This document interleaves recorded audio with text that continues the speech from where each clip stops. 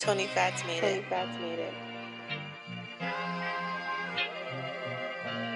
The intersection of I-94 and the Lodge is at the heart of the center of the city of Detroit. The rivalry between Detroit Cass Tech and Detroit King continues to showcase the city's finest. So on this mid-October night in Midtown Detroit, it's fitting that we come together to witness greatness in the middle of it all.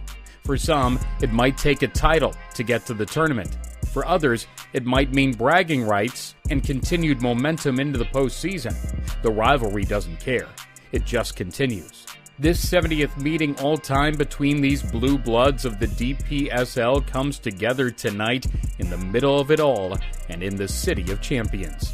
And now, live from Tom Adams Field in Midtown Detroit, it's time for Gridiron Game Day and the Detroit Public School League's Football Championship on the Prep.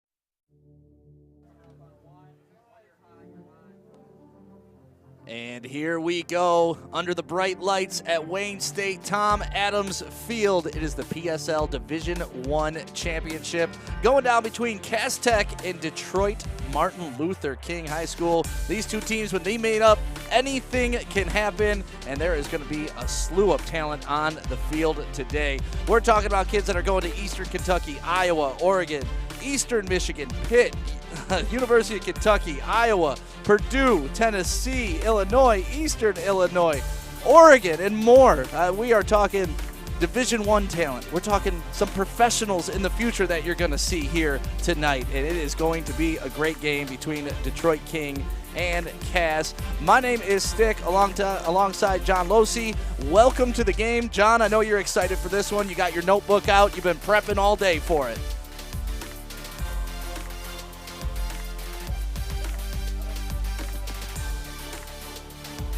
Well, John, I see you're still studying in your book, and that's okay. There's absolutely nothing wrong with that. But let's get into the impact players of the game real quick on both sides. Let's start with Detroit King and their impact players. You got to start with the man, the myth, the legend, Dante Moore. He is going to Oregon, chose that over University of Michigan, and now he is on his way there to be a Duck.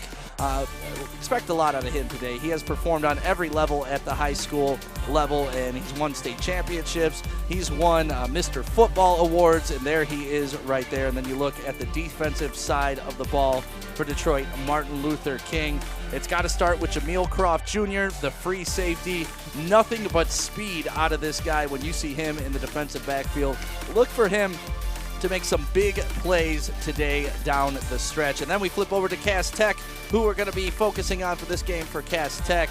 And you know this program, the long history of Cass Tech. Number 2, Sean Hodges at running back. We have seen him do some special things this season during the MHSAA regular season. We'll see what he does here in the championship game. And then number 55, Jalen Thompson, the defensive end. This is a big boy going to Michigan State, 6'5", 280 pounds. So expect him to have a huge impact on this game.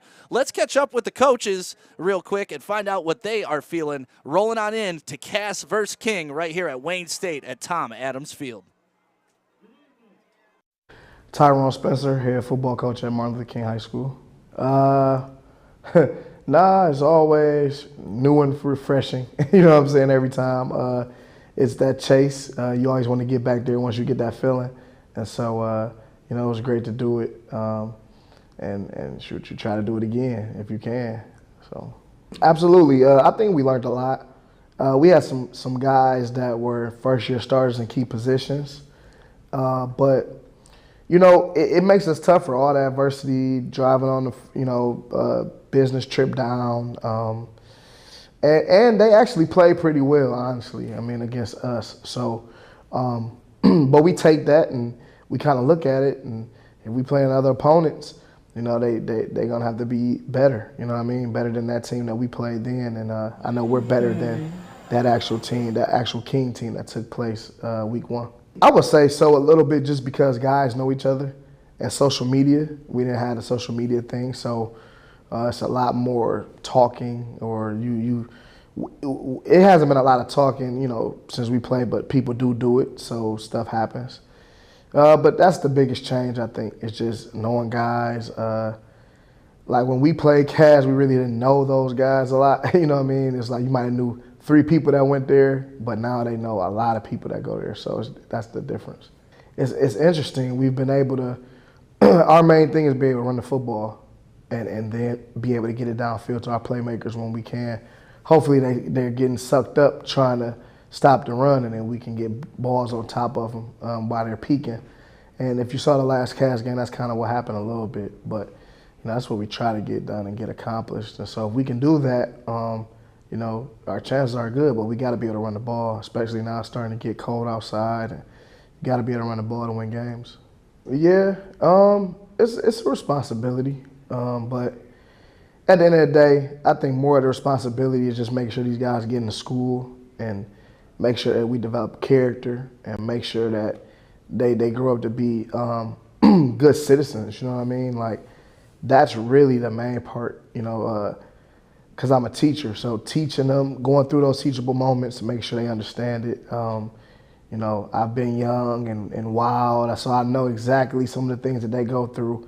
And so you just want to make sure that they get it, and when you see them get it and you see them be successful, whether that's NFL, career. I had somebody come up here who was a police officer now. That made, because I remember him in high school, like, wow, this guy's a police officer, so it just made me proud, man. Like, he gets it now. So that's really what it's really about. That's my responsibility. I'm okay. I'm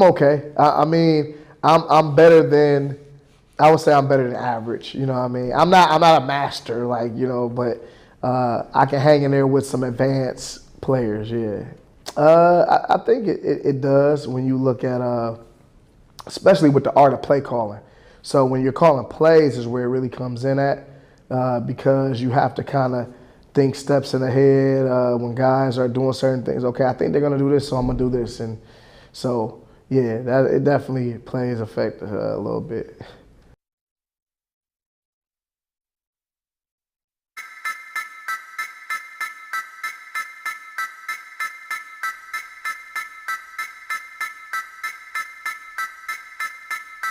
They say that this is a game of inches, but I disagree.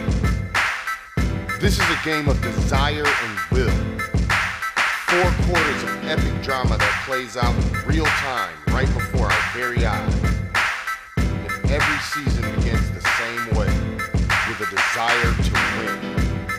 Those with the will to put in the effort and time put themselves in the best position to achieve their desire. This is why we go to work early and come home late. Why we go so hard and why we put in all these hours. Because we have a desire to be great and the will to become everything we dreamed of and more. So when the drama's thick and it comes down to just those few precious inches, we have no doubt what the outcome will be.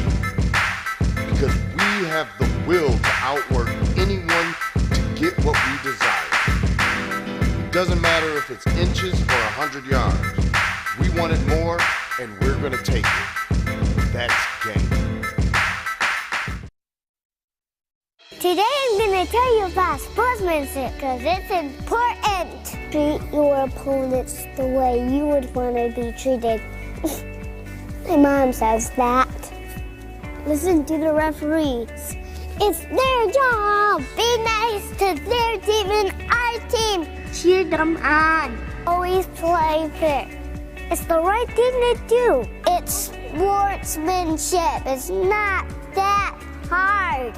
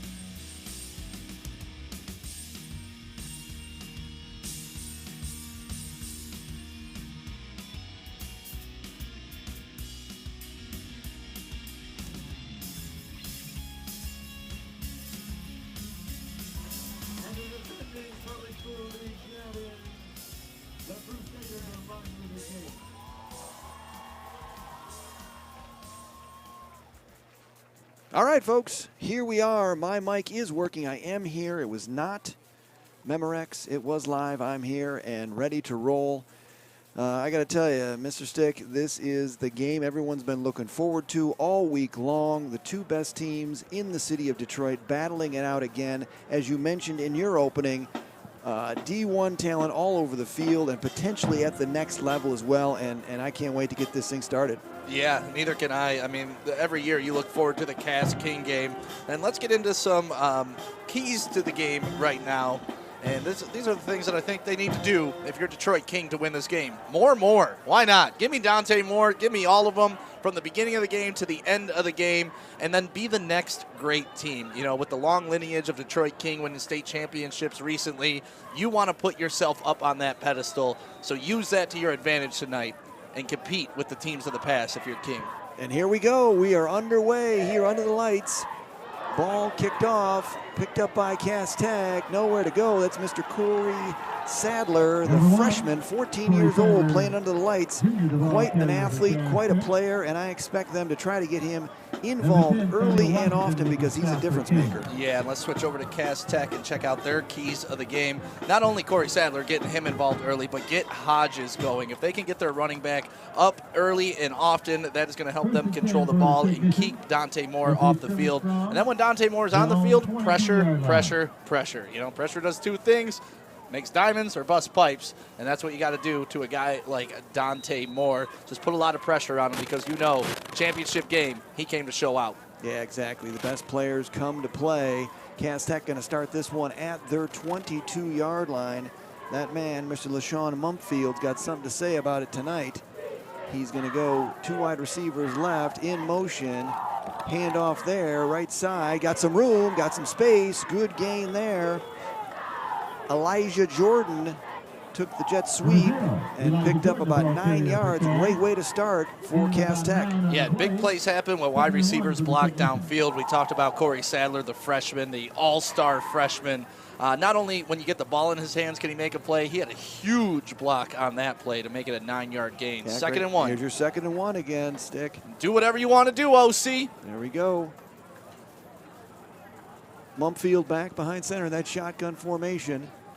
Here we go, same play, Elijah Moore. They're going to fake it, inside handoff, breaking tackles inside. Sean Hodges, as you mentioned, getting him going early. Grand Valley State commit, taking his talent up to Grand Rapids, and he is an integral part of this offense, right? Keep that talented King offense off the field by controlling the clock. Yeah, Sean Hodges keeps them on pace. He's kind of their go-to guy, and when he's doing well and everything is going, that's when Cass Tech is really clicking. 1st and 10. Good opening drive for Cass Tech. Mumpfield back behind center again, shotgun. Flanked by Hodges. Fake there, it's going to be batted down. Good pressure on the inside. Kenny Merriweather coming through and just absolutely destroying that pass. Big Kenny Merriweather coming through, Iowa commit. Yeah, 6'3", 235. Tough to throw over. Yeah, it'd have to be a lob pass up and over the top. Yep. But really, same formation, same set in all three plays so far for Cass Tech with that motion, Elijah Jordan in motion to start the play. Yeah, and that's something you got to do against a team like King. You got to get their athletes in motion too. Hope they use their speed against them so they over pursue on some plays. 2nd down here. Mumpfield now take it under center. He'll back it back out. 4 wide receiver set here, both sides.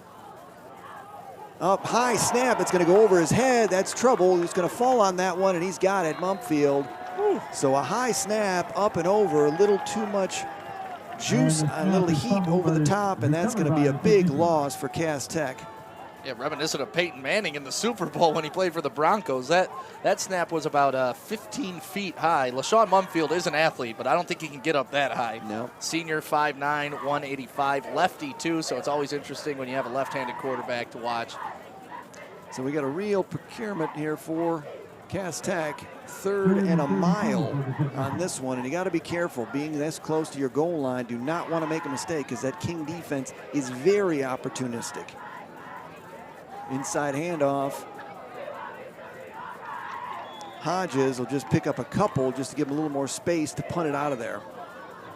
Yeah, it takes it to what, a 4th and 25, so I would definitely be punting here. Yeah, and that's a shame because they had a big first down. It was first down, and then the incomplete pass and the snap over the head just really, pushed them all the way back, and now they got a kick, and that'll lead to the talented King offense coming on the field and Mr. Dante Moore.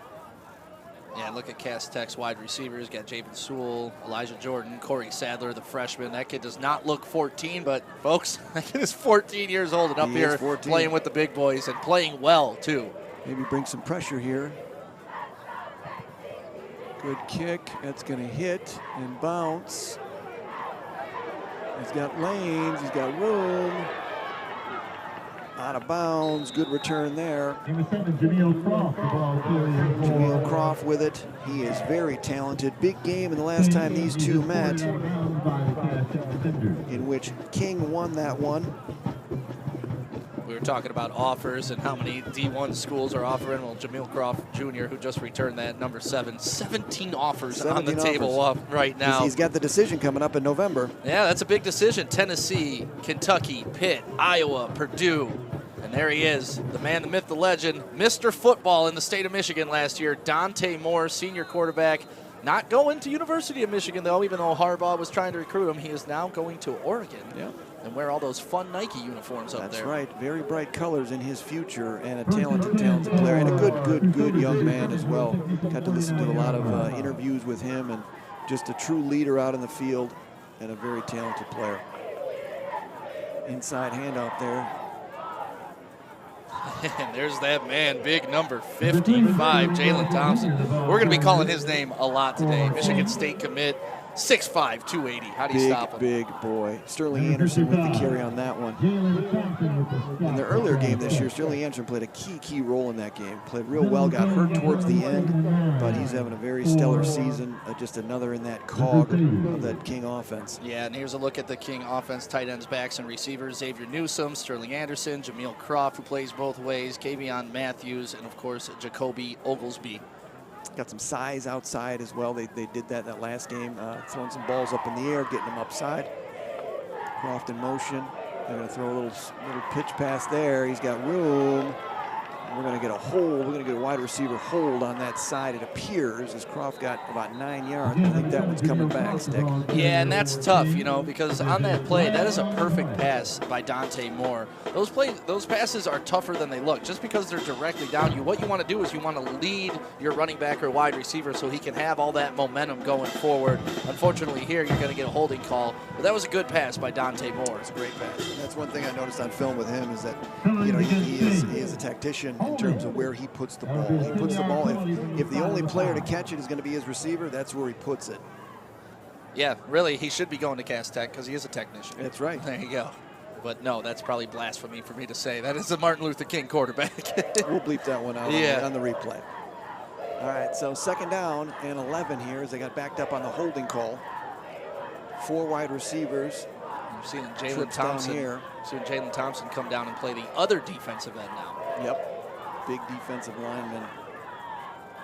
Straight drop, look, fires underneath, a little too high and too heat for Sterling Anderson. That'll be incomplete. That'll bring up 3rd down for Martin Luther King here at midfield. Yeah, Cass Tech with a good job defending that little bubble screen with the receiver coming inside. Caused Dante Moore to kind of do a little sidearm action. Let's take a look at the linebackers for Cass Tech, who kind of blew that play up. Zach Boston, number 5. Chase Parker, big number 10. And then, of course, Caleb Richmond, number 9, holding it down in the middle. Defensive backs, Javen Sewell, who always has a big game whenever I'm calling his games. Matthew Nickens, Cassius Shivers, and, of course, Sean Hodges, who plays both ways as well.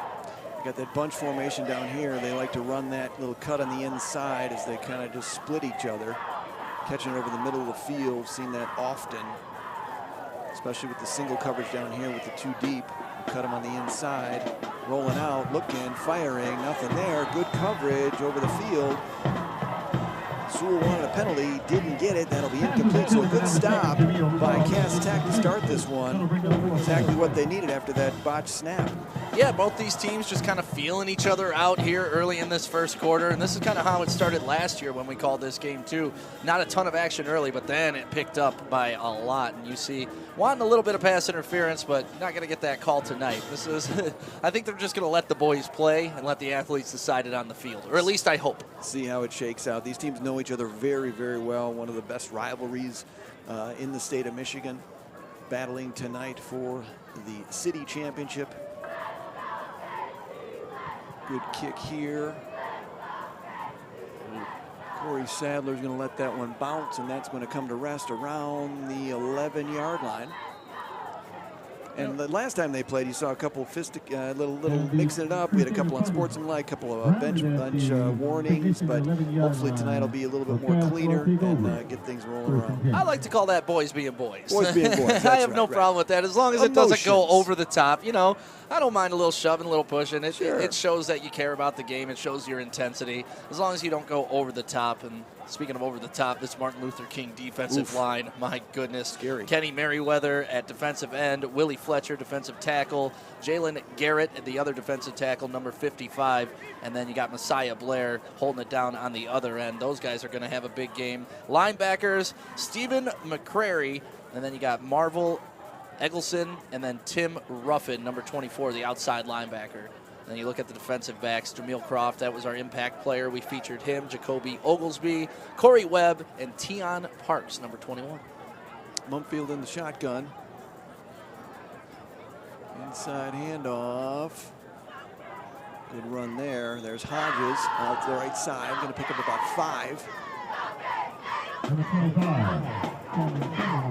Yeah, nice little first down run. You know, nothing too huge, but like we talked about in the first game for the PSL2 championship, those little 4-yard runs, they help you out. They keep you on your down and your distance. Yep. Push the line, get those yardage. And you keep handing it off. Hopefully one time you're going to break one. You're going to break it, especially with the talent on this team. Watch Corey Sadler on this play. He had a look in his eye. Saw him make eye contact with Mumfield. Well, that was one thing they didn't do a lot of in the first time they played each other. They didn't get him the ball in space, but King did a nice job of bottling him up as well. Inside handoff there, not much. Tough sledding inside for Hodges there. Yeah, good defense here by Detroit King. Just holding their blocks, holding their lane. Then you see the linebacker, number 33, Stephen McCrary, come up and fill the hole. And that's ideal defense. You got your linemen holding their gaps, and then your linebacker comes up and fill. Tough to run on that. That was actually number 25, Cameron Summerall, who got the inside handoff. Sophomore. So third down, 3rd and 5 for Cass Tech. Looking, got room, looking for that first, but they're closing on quickly, and he's in trouble. Skids away, great run. Trying to get to that first down. He got it. Did he get there? Yeah, he got it. Individual effort by LaShawn Mumfield. Avoiding 3 tacklers, broke 1, and got very close. And he got it. He got first down. What a run. Yeah, watch this. This is just an absolute. Steps up in the pocket. He tries to keep the play alive. I love that, keeping his eyes downfield, but slipping 1 sack right there, slipping another one. 29 tries to get him, but still his forward momentum gives him the first down. Wow, it's an individual effort right there by an athlete. Mumfield does it all for Cass Tech. So 1st and 10. 3rd first down for Cass Tech already in this one. There we go. There he is right there. Corey Sadler, the freshman. Good gain on first down. Trying to get him in space. He's got speed. He's got speed. He's got a lot of speed. He's got a lot of strength. The first game I called him was Southfield A&T. He was making plays down the field, and he was running over people. Unfortunately for him, there's a holding call on that play, so this is coming back. But you can see his speed once you get him out there in space. Look at this. He's got a lot of area to run. You know, he's out here. The wide receivers are blocking downfield, and he gets to the outside. The hold kind of helped him get to the outside, so that may be why he picked up those extra yards, but still, great athlete. Yeah, good play call. Penalties plagued Cass Tech in the first matchup between these two teams. Inopportune penalties. tough times for them. A couple of turnovers as well, so I think it's those little mistakes that Cass Tech looking to avoid in this one. First and 20 for the technician. First and 20 for Cass Tech, back on their own 10. Looking, that's going to be outside, almost picked off. Mumfield looking to go up top there to Elijah Jordan. And Jameel Croft with a great defensive play, but he batted the ball, and it almost batted it right into Elijah Jordan's hands. That would have been a miraculous play and a miracle for Cass Tech. But I like that. First and a mile, might as well. Let's chuck it down the field, try to pick up this first down. But great defense by Jameel Crawford right there. Mr. 17 offers. Yep, Mr. 17 offers. Decision in November. Second down here, Cass Tech. Mumfield will take the shotgun snap. Hodges flanking him to the right. 3 receivers to the right, 1 down here to the left. That's going to be Sadler in motion. We got a flag on the play. We've been offsides by Cass Tech, I believe.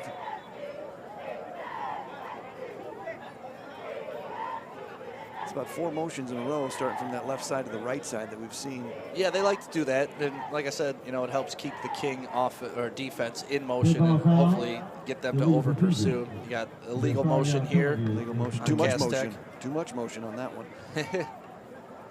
So 2 penalties backing them up again. So we've had a snap that cost them 20 yards in the offensive side of things, and now they've had 2 penalties backing them up 20 yards as well. So really 40 yards that they've given back in the ball position. Yeah, well, there you saw Corey Sadler in motion going going east and west, and then unfortunately Sean Hodges started a little too early, and you can't have 2 men in motion at the same time at the snap.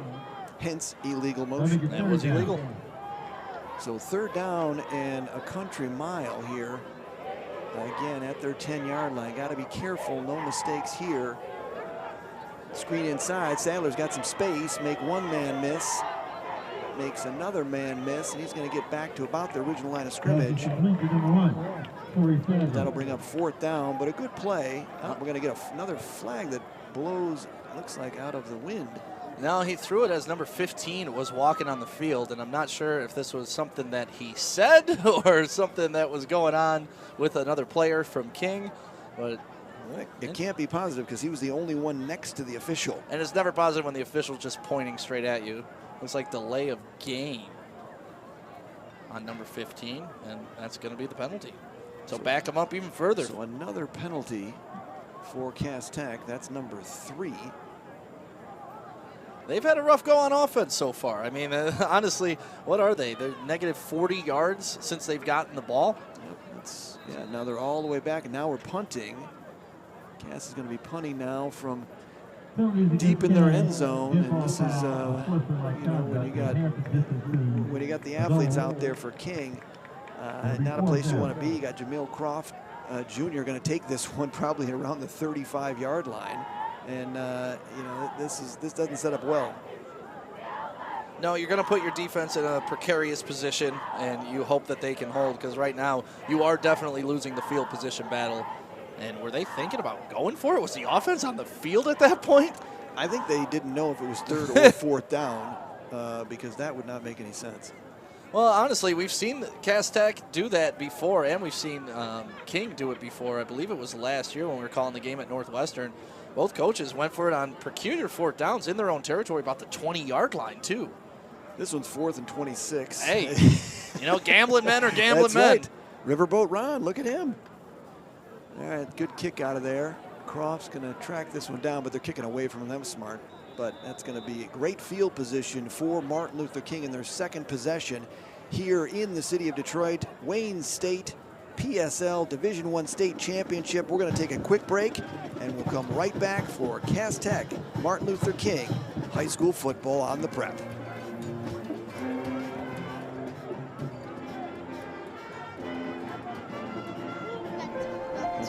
The innocence of youth.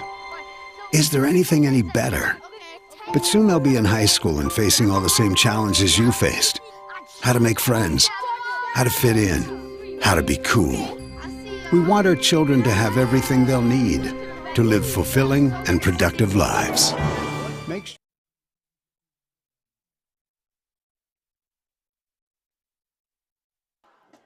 Dante Moore out to the sideline to number 3. Sterling Anderson drops the pass, unable to complete it on first down. Moves it to 2nd and 10. Dante Moore, that dude going to Oregon. And you could see it on those throws. You know, you talk about Patrick Mahomes and guys like that who can hit all the arm angles. Dante Moore is another one of those guys. You see here, drops down a little bit, 3/4 arm, get it around the defender, and it was right in front. Catchable ball, yeah. That is a catchable ball. I do not put that on Dante. No. And he can make all the throws. Yeah, he definitely has every tool in his bag. All right. 2nd down. Moore with a little pitch. Anderson trying to get the corner. Does. Going to get pushed out of bounds. Pickup of about 3. Sterling Anderson, good speed. Trying to get to the outside. Almost looked like that was going to be set up for like a lateral pass too, didn't it? Yeah, pitch pass. And they may be setting them up for that later in the game. Yeah. You know, sometimes you see that out of coaches, like, hey, we're going to run this, see how the defense responds to it. If the safeties dive down immediately on that pitch, all right, next time, see who bites. We're going to our wide receiver. Yeah, their first game, they had 2 long ones, one right out of the gate, a deep one to Croft, en route to his 5 receptions, 119 yards, and a touchdown in their first game this season. So 3rd down and 7. Dumps it out, good tackle. Anderson out of the backfield, and that's going to be short of the first down. And this is 4-down territory, you would think, right? You know, if you punt the ball into the end zone, what are you giving up, 15 yards? That's not exactly a deal. Anderson just slipping out there, but good closing speed there and a good tackle by Javen Sewell on that one. So here we go, a big 4th down, 4th and 6. 4th down, King going for it. Too far for a field goal, too close for a punt. No man's land. No man's land. Purgatory, if you would. Trips right. Dante Moore surveying the defense. Looks like he's changing the play a little bit here based on what he sees. Drops it, drops it. That's going to be turnover either way, whether it's a fumble or whether it's 4th down. That's going over to Cass Tech. Yeah, that's, I mean, when you go for it on 4th down, that's almost the same as an incomplete pass, too, right? Yep, you're just turning the ball over. But that was a huge stop by Cass Tech after being pinned into their own end zone, having to punt to them, giving them the ball on plus territory to stop Martin Luther King from even putting points on the board. That is a big momentum change early for Cass Tech. Pull some positives out of that one. Snap was a little bit low, but not terribly low. It wasn't ideal. But if you're Cass Tech, you'll take it every single time. Exactly. So really, kind of, as you mentioned, a feeling out a little bit. A couple of mistakes here. You know, Cass has made some penalties, but they've come out of it unscathed right now with King with no points on the board, even with those 3 penalties for over 40 yards. You got Sadler in one-on-one coverage here at the bottom of the screen. Mumfield with it, looking for him. Trouble. He avoids the rush. He's got room. Mumfield spins out of that. One's going to get a 1st down, take a hit. 13-yard gain. Mumfield using his speed, using his feet. That's what he does. Man, Mumfield absolutely just putting on a show, but I want you to watch Jalen Thompson on this too at the end of the run. He clears house on this block. Watch number 55 chasing the play there. Mumfield, nice little spin.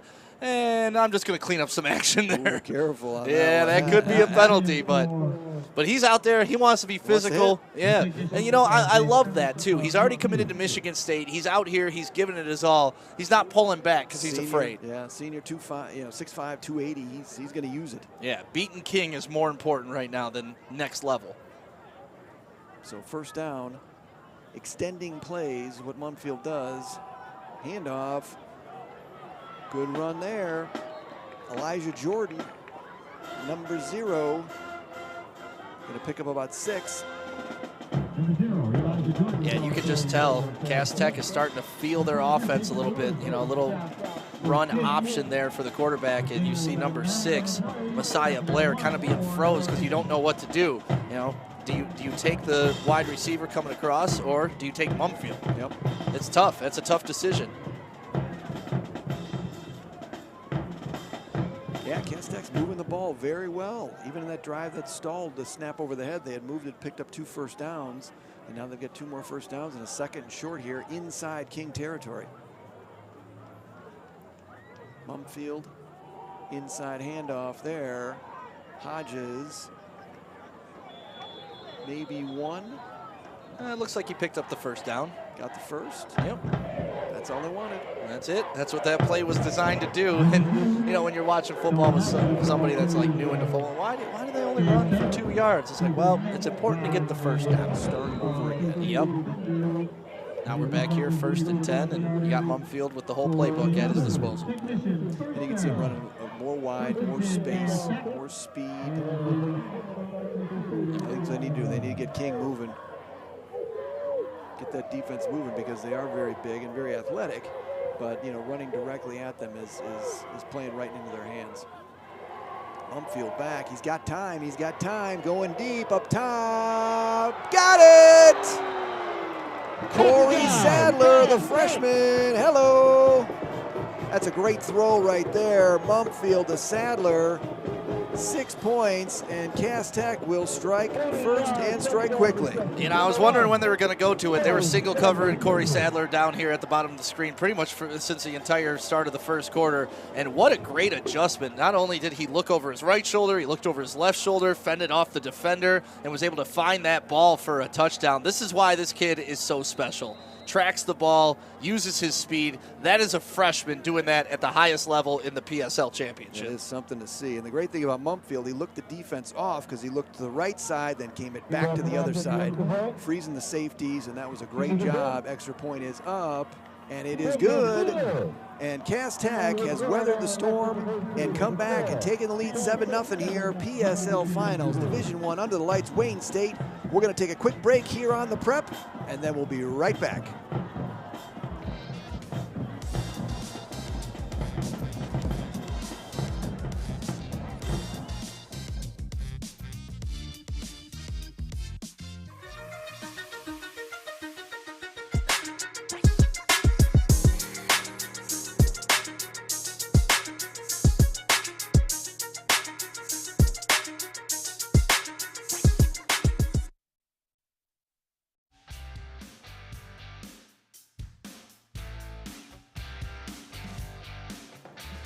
A look at Cass Tech coming in the game 4-3, obviously out of Detroit, Michigan, playing in the Detroit Public School League. Enrollment 2,398. That puts them in Division I.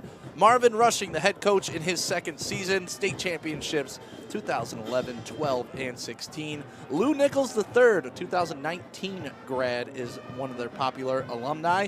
Led the nation in rushing last year at Central Michigan University. MAC Offensive Freshman of the Year in 20. First team All-MAC in 21, and projected high round pick in the 2023 NFL Draft. And how can we forget Big Sean as well, an alumni of Cass Tech. Oh, yeah. You mentioned Big Sean right when I met you. He said, Big Sean. I said, all right. Yep. So Cass Tech strikes first. Little pop kick and a hit right there, picked up by King. Getting some room. He's got some space.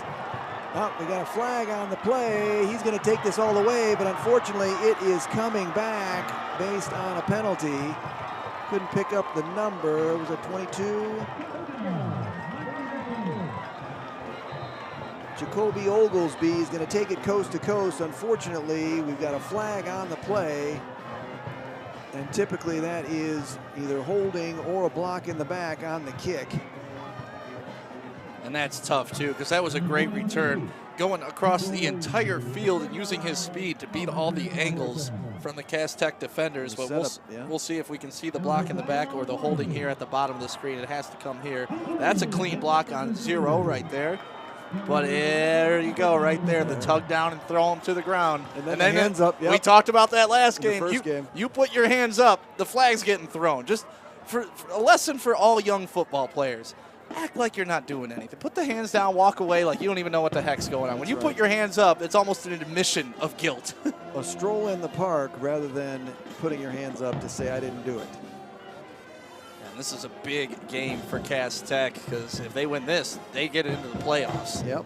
And you go into the playoffs after beating a Martin Luther King team, you got some momentum on your side. You start humming, you get that offense going. You got talented players out there. They got one more game. They'll face Brother Rice next week. But a big penalty is going to bring that one all the way back. Martin Luther King will take over on the 32-yard line.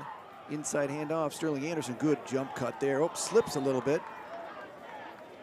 You may have to check his cleats. He slipped twice trying to make cuts.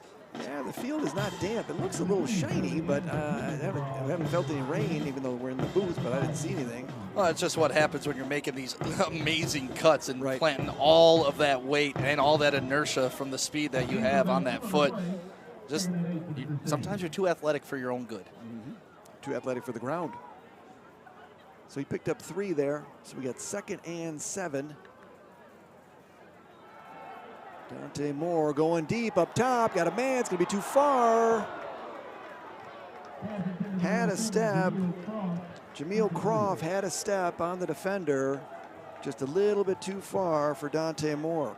He doesn't miss many of those. No, and look at the arm strength on it. It's almost a flick of the wrist. Look at this. Look at this. Just a snap of the wrist, quick release, and he got absolutely clobbered by Jalen Thompson. So that may have weighed into the situation.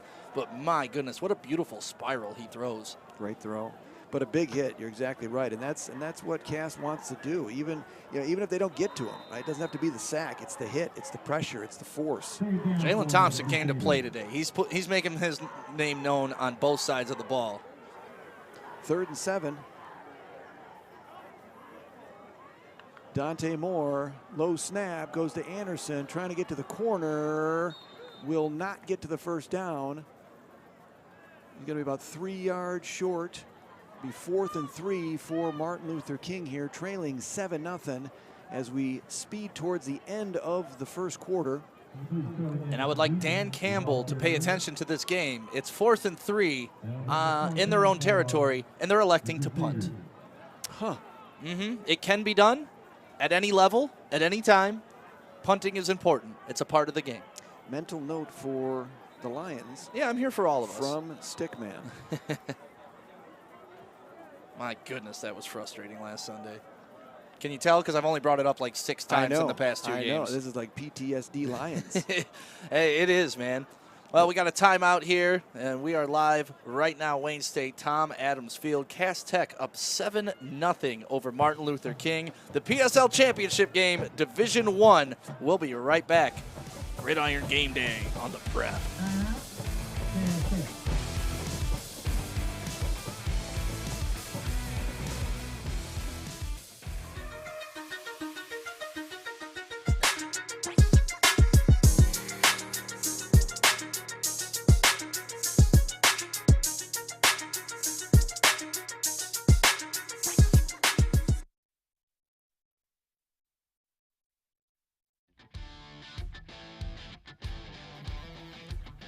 Take a look at the all-time series between Cass Tech and Detroit Martin Luther King's 70th meeting all-time. The series began in 1950 with a 9-7 King win over Cass. King has led the all-time series 38-31. King has also won 3 straight in the series, but before that, Cass had won 3 out of 4. And here's your punt. Good kick, high kick. Sadler with it, had the last touchdown, shakes that tackle, not going to shake the next one, and he's dragged down at the 25-yard line. That will end the first quarter here on the campus of Wayne State University, Tom Adams Field, PSL Division I final afoot, and Cass Tech leads this one 7-0. When we come back, we'll check in with our sideline reporter, Lexi Ayala, right here on the Prep.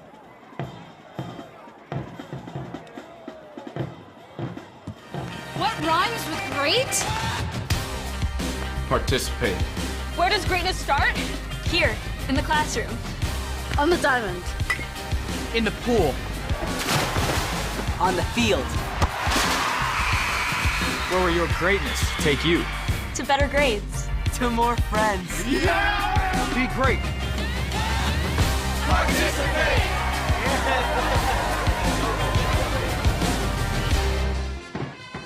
To to Stick and Losey, my two broadcasters up in the booth. I hear you guys talk a lot about how playing a football game is a lot like playing a chess match. Well, Kings head coach Ty Spencer would have to agree with you. He's actually an avid chess player himself, so much so that he was ranked number 2 in his entire grade in the entire country in middle school. Of course, he found football, fell in love with that game, and that became first priority. But he did tell me that he believes playing chess made him a better football coach for having to think moves and plays ahead with a solid strategy. And I think he's right with 3 state titles in 7 years. Awesome. Thanks, Lexi. Yeah. Jess? Great information, and when I started reading that he liked chess, I like chess too. I was like, man, I want to play this guy. Then I saw, oh, wait, he's an international competitor. Yeah, I'm good. Yeah, step away from that. I'm going to pull you back from that one. Take a look at some of the scores around the MHSAA. We'll do it right after this play. Cass and King here. Start of the second quarter. Cass up 7-0. Mumfield, hands off. Nothing doing there. Looked like Corey Sadler. No, that was not Corey Sadler. Javen Sewell caught it. Went back the other way. Scores? Yeah, scores from around the MHSAA right now. OLSM, Orchard Lake St. Mary's, leading 7-0 in Oak Park. That's in the second quarter. Belleville leads Livonia Franklin 14-0. That's in the first quarter. The 2 undefeated teams from the KLAA. And Country Day versus Rice is scoreless right now in the first quarter in Beverly Hills. Thank you for that score update, Mr. Stickman. All right, no gain. They actually lost 2 yards on that one. Little wide receiver screen outside, got room. Breaks a tackle. Good gain there. Alex Graham looked like number 11. Alex Graham caught that one, cut to the inside, made an individual move and picks up 15 yards. First down, Cass Tech. But here's what I love about it. Look at big number 55 as your lead blocker. Imagine that dude running at you full speed down the field. And taking out a D-back, too, going, uh-oh. Of course. Get out of the way of that one. Yeah, that D-back, instead of taking on the train, he was just like, okay, we're good. Yep, you got me. Good block. Good play call there and good execution by Cass Tech, picking up that first down and moving the chains. Keeping that King offense off the field. He's going to keep it. Dunfield's going to pick up a couple. But you can see the motion. Really, the motion is really getting King's defense moving a little bit, where it's going, a little guessing. They're really playing on their heels so far in this one. Yeah, and that's why this is such a great play by Jalen Garrett. And you got to give it up to number 6, Messiah Blair, for turning that run back inside. But Garrett able to come in and make that tackle for a short gain. I had a kid that played for King last year with the number 55, and he was a character on the field and an absolute terror as well. I forget his name, but he was fun to watch. 2nd and 6, 7-0 Cass, beginning of the second quarter. Dunfield back, looking, scrambling, got a man outside. Oh, great throw. Great throw to get that one in. He sure did. Great catch there on the sidelines.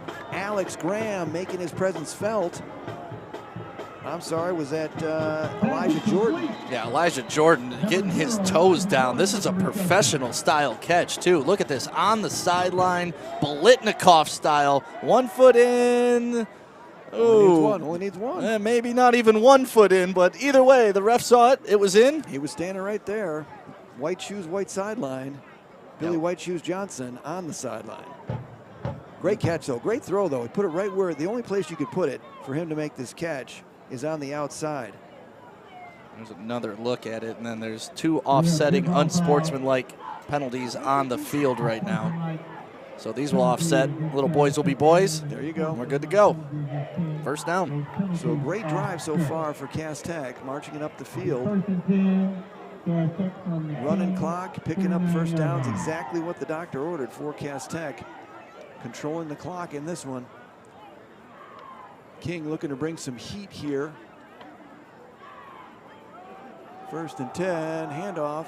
Hodges got room outside, cuts it back. It's going to be another first down for Cass Tech as Hodges is going to pick up 11 yards on the sweep. And you can see him running away from that interior defense by King. Crowding the line, looking to bring heat. Yeah, that's exactly why we highlighted him in the game. That should have been a tackle for a loss, but you see he's just able to accelerate past the defenders, and they're just not as fast as him. I mean, Hodges is a special running back talent. Big Sean Hodges, maybe, right? Big Sean Hodges, huh? Okay, we can go with that. Yeah, there you go. I don't know if you can take that name at Cass Tech That's anymore. true. Like I think that's off. I think that's off. You can go Little Sean. Right.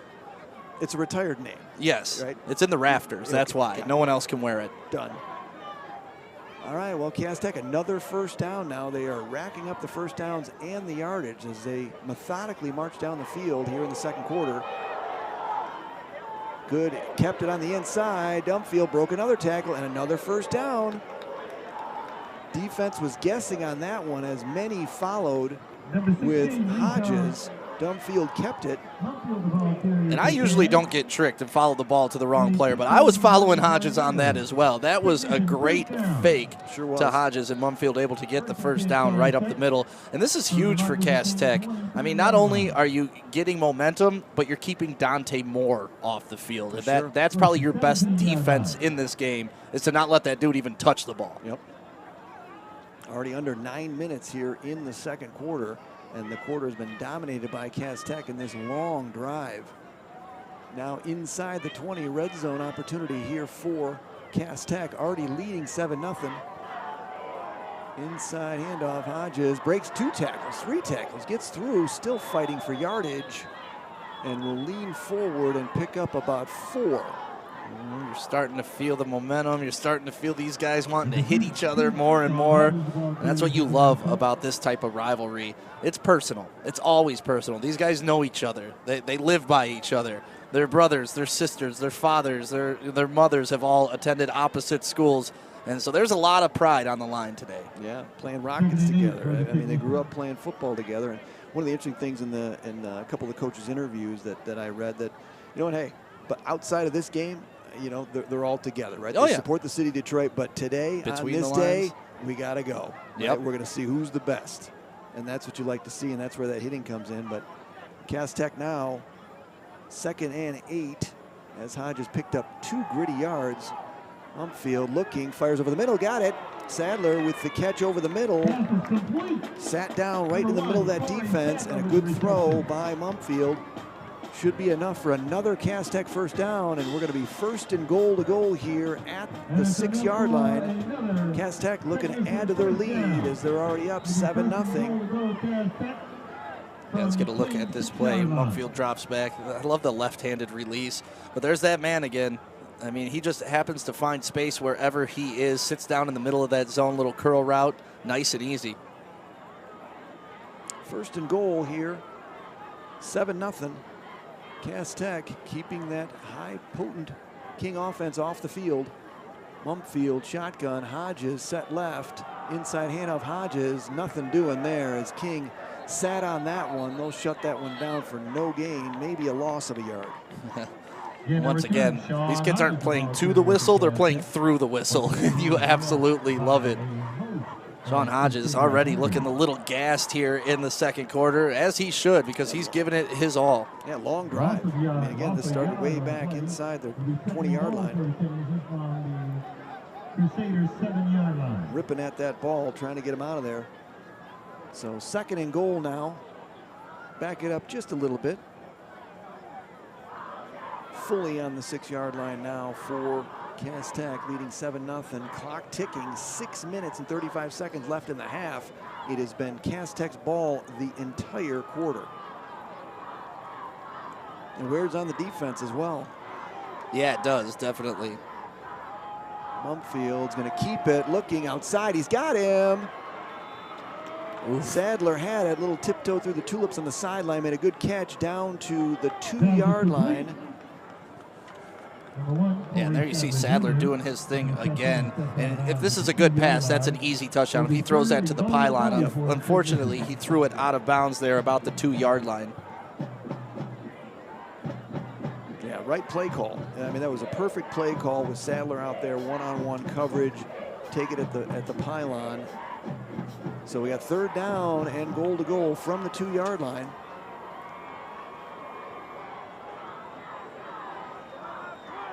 Cass goes heavy, gives it. Hodges, he's in. Touchdown. Hodges is in, and he caps off an epic drive for Cass Tech, eating up a huge chunk of time here in the second quarter and adds to the Cass Tech lead, putting them up 13-0 pending the PAT. Yeah, we were talking about it. You know, he looked a little bit tired, but you can't get tired in this game. You got to feed the horse and get behind your big fellas. You got a lead blocker there going through the hole and an easy touchdown for Cass Tech. And Cass Tech looking to take a 2-touchdown lead here in the PSL championship game. Yeah, nice lead block there by Cameron Summerhour. And he just followed his lead blocker into the end zone. Extra point pending. And it is good. So Cass Tech doing everything they need to do to keep King off the field, take a 14-0 lead here with 6:11 remaining in the half. Watching live high school football on the Prep. We're going to take a quick break, and we'll be right back.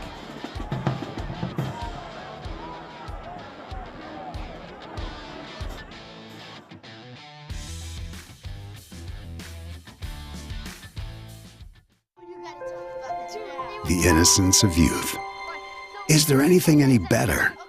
But soon they'll be in high school and facing all the same challenges you faced.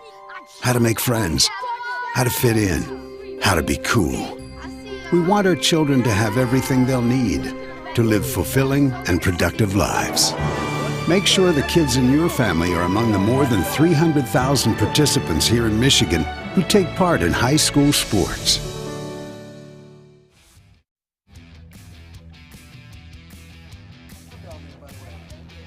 Welcome back to Cass King, the Public School League Division I Championship, live on the Prep.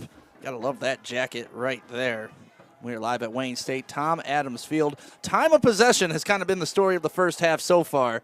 We are talking 12 minutes for Cass Tech to only 6 for Martin Luther King. 5 minutes and 42 seconds to be exact. When you can keep Dante Moore off the field and only let him have 5 minutes a half, you're doing a good job. Yeah. He's getting cold. He's going to have to re-warm up to come back in the game.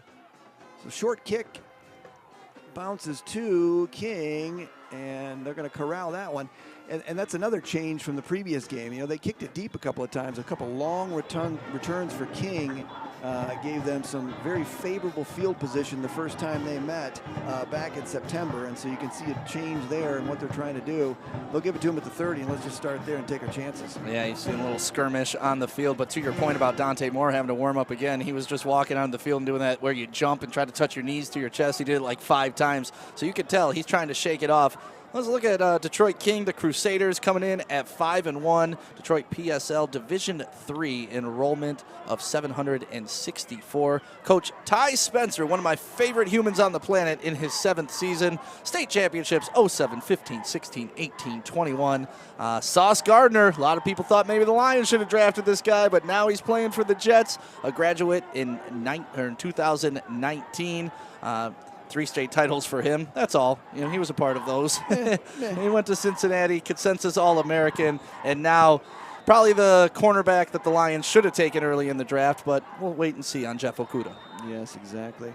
Another one of my favorite Cass Tech Ty Spence right there is Ron LaFleur, former Tiger, went to Cass Tech. There you go. We got a timeout on the field. Looks like Cass Tech's going to talk this one over, or King. Could have been King. Yeah, we'll take a timeout with them. Why not? We'll do it right here on the Prep. It is 14-0 on a beautiful night in the Motor City. You see the skyline of the Fisher Building to our left, the Renaissance Center to our right, and we will be right back on the Prep.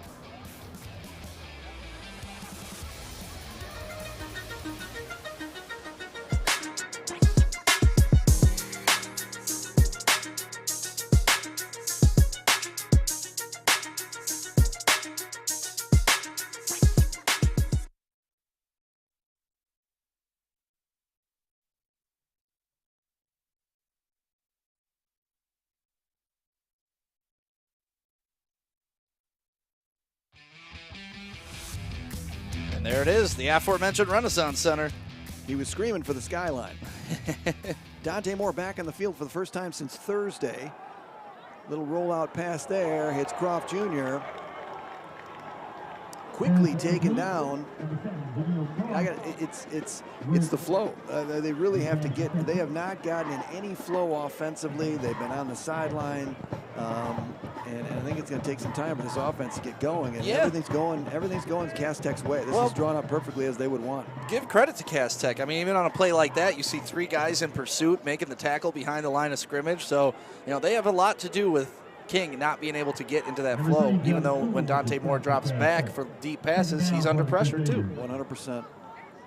Rollout, going back the other way, got Anderson, screen set up nicely. He's got blockers and room.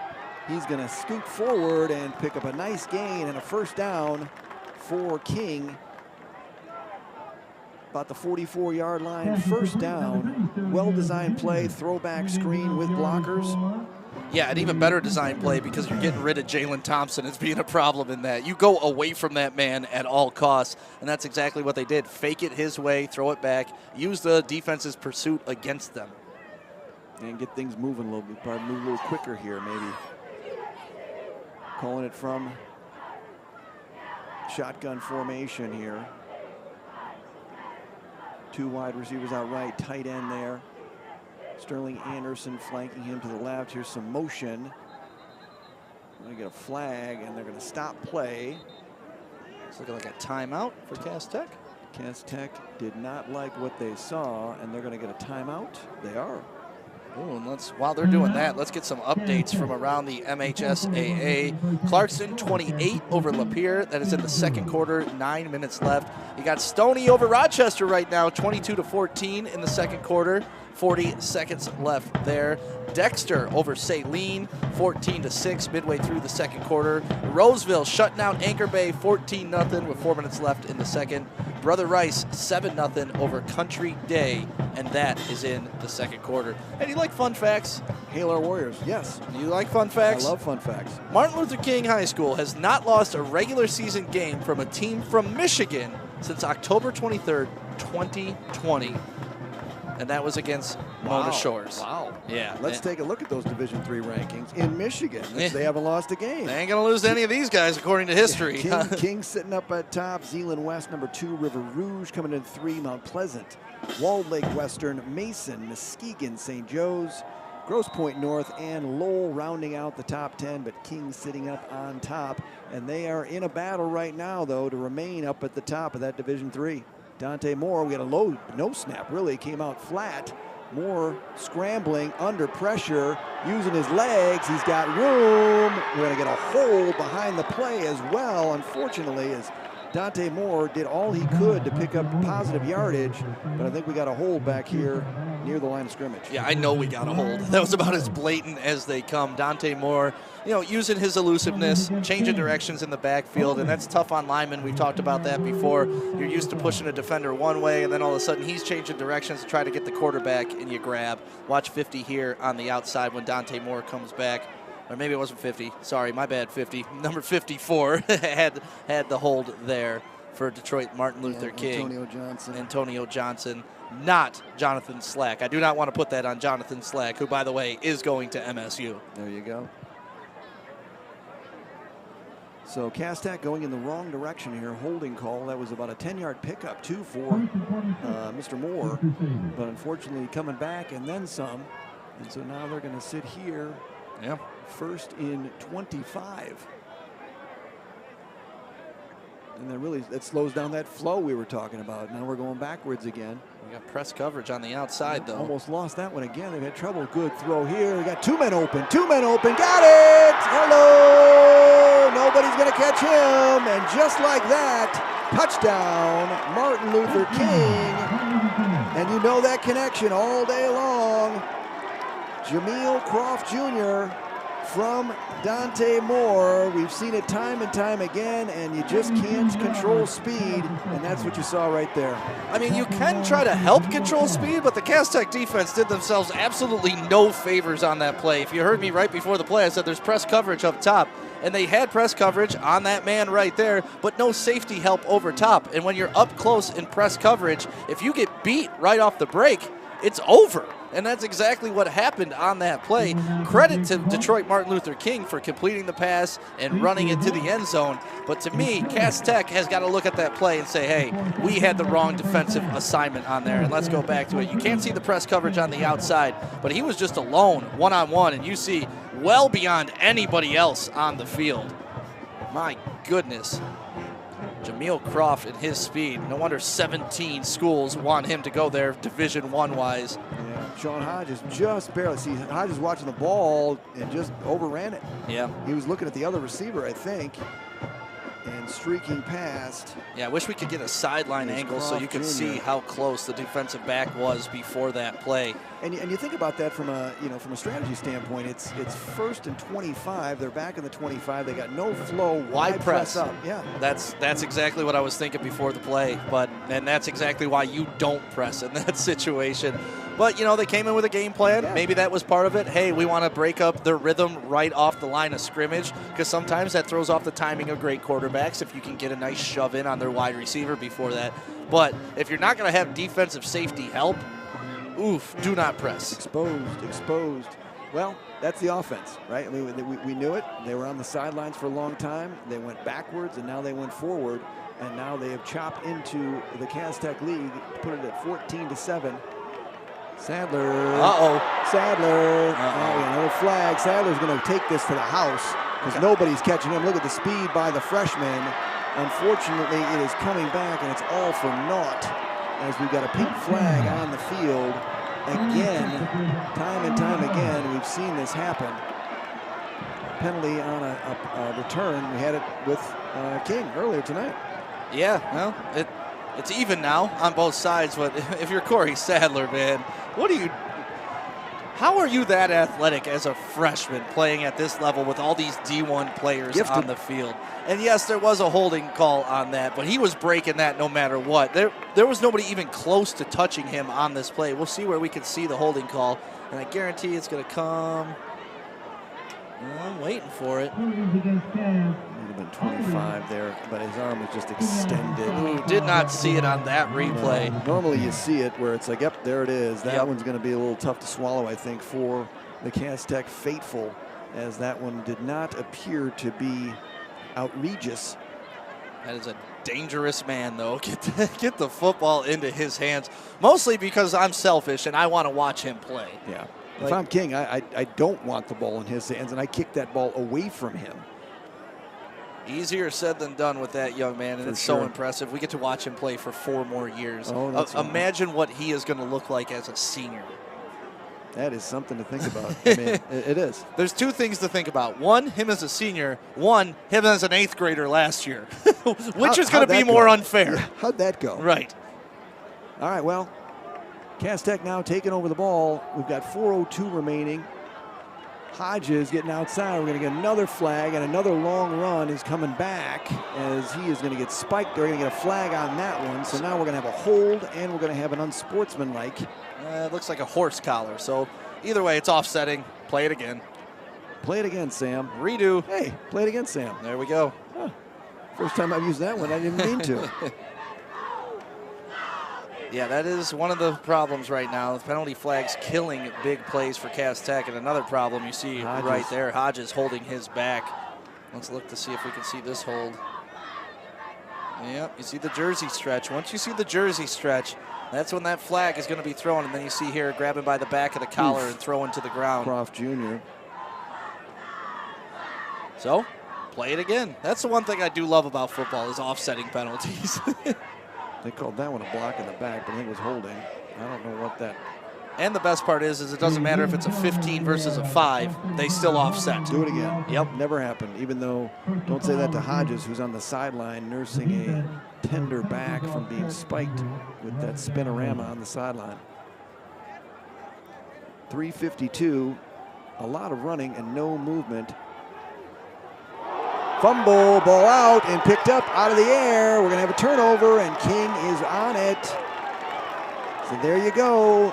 Little mistakes.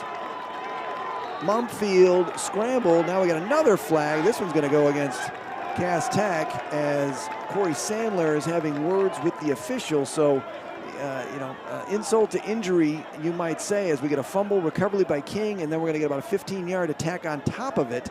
It's going to put King inside the 10. with a chance to tie this one up. And you know, it was a big turnover last year in the championship game that kind of turned the tide of the game. And you're seeing King here. That is probably the worst thing that Cass Tech could have done. You had full control over this game. 3 minutes, 41 seconds left in the first half. And you give the ball back to King right in their territory. And we will see what this penalty is all about. Maybe an unsportsmanlike. Yep. A personal foul. That's on Corey Sadler, 15 yards. They're going to take it inside the 10. And this one has switched greatly from a momentum standpoint in just really one throw. That was that one deep throw, and then the turnover here, and this is how quickly momentum changes in high school football. Yeah, turnovers are killers. We talked about that in the first game when Detroit Central had 3 to Detroit Southeastern's 1, and that was pretty much the change in the game. Well, right now, the turnover battle is going King's way. Yep. So Dante Moore goes back to work in the flow after that long touchdown pass. In motion, another low snap. Moore looking, firing, batted down. Good defensive play there. Rashawn Randall stood up tall and batted that one down. It almost looked like Dante Moore caught that snap low and then tapped it on the ground. It didn't look like it was on the ground. It looked like he caught it and then quickly tapped it on the ground. It's been a consistent theme on these low snaps. Yeah, he's got to be getting frustrated. So this one is low and outside. Throw it at the bull. Dante Moore right now, he's 5 of 9, 94 yards and a touchdown. Of course, 72 of those yards came on one play, but still. 3:35 left here in the half. Dante Moore with another motion. We're gonna whistle and a stoppage. Timeout, Cass Tech. Correct. Timeout, Cass Tech. 14-7. We're gonna step away here, take a quick break, and we'll be right back. You're watching high school football in the D on the Prep.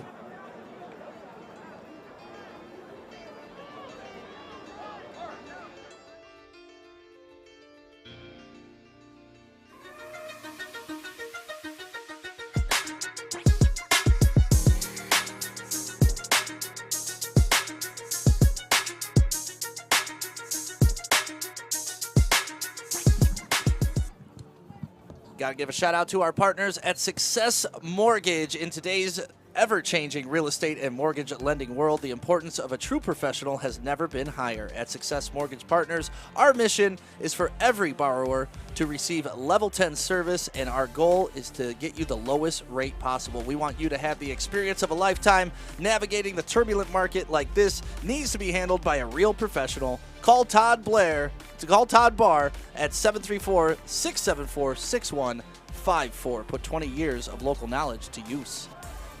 Back at it, Dante Moore taking the snap, looking, firing, got a man. Touchdown. We got a flag on the play, however. Great catch there. Flag on the play again, but a great pitch and catch. Jameel Croft Jr. from Dante Moore. But I think this one might be coming back as well. But then again, I'm not sure. Everybody's standing around waiting for the official to explain why he threw the flag. That was a great throw by Dante Moore. Perfect. Off his back foot, too, fading away over the defender, and an incredible catch. Jameel Croft. By Jameel Croft. Well, I mean, the only one who catches that is his receiver, and that's really what you want in that situation. Yeah, but I was more impressed by him fading away off his back foot and having enough arm strength to do that. Looks like ineligible receiver downfield, and that is the penalty, and that'll bring back a touchdown. That could be a big, costly penalty, but here, watch Dante Moore fade back off his back foot. That is so tough. I don't understand the illegal man downfield on a drop back pass. Not like they're running a screen or going anywhere. Well, that means one lineman kind of just was stray downfield, maybe pushing his block too far. It happens. You'd have to see the overhead view to really witness it. Well, take that touchdown off the board. That's 3 touchdowns now off the board in this game due to penalties. Dante Moore is going to back it up. He's going to go empty backfield. 5 wide receivers. Screen down the middle. Anderson with it. Anderson's got room and space. And he's going to skirt inside the 10 to about the 9-yard line. I love how they almost use the official as a pick there. You see the line judge in the middle, or the umpire in the middle. They were running that screen, and he was kind of the only one in the middle of the field. Yep. Look at him. He's looking around like, oh, I'm just going to stand up straight. Almost a pick. for the Crusaders. Anderson's got good speed. They get him moving like that. Big third down right here. 3:17 remaining in the half. 14-7 Cass. Now it's interesting. They got 3 down here in a trip set, but 1 man up top and no safety covering him. That bunch. That's when they run them kind of in between each other. They may go away from it. Press up top. Scrambling. He's got room. Looking. Firing. Oh, Sadler baited him. Sadler baited him on that one, and he almost picked that one off. That was a great play by number 1. Yeah, you called it. That's exactly what Sadler was doing on that. Almost playing possum, hanging back a little bit, let the wide receiver get beyond him. He baited him. And you watch him here. If he throws it maybe like right there, he's open. But Sadler, with that incredible speed, able to come through, and lucky that was not picked off. If I'm Dante Moore, I'm putting that ball maybe a couple feet higher because the only thing that Sadler has going against him is his height. Yep. Yeah, you got Kayvon Matthews at 6'3", back in the back of the end zone. Get it up top and get it over Sadler's head. Yeah, well, we have a timeout, King. We are going to take them with them. Cass Tech 14, Martin Luther King 7. 3:11 left here in the PSL Championship. Division I, Wayne State, Tom Adams Field. We'll be right back on the Prep. Gridiron game day, baby. Carry number 9. My dad and my grandfather are officials. I've grown up around officials and seeing how much they enjoy being part of the games. As a student athlete, I've always appreciated the people out there who are willing to give back to the kids. The Legacy program lets me officiate while I'm still in high school, working younger kids' games. Officiating gives me a better understanding of the game. I get to make some pretty good money for a high school kid, and I even get to spend some quality time with my dad. There's help wanted. Just whistle.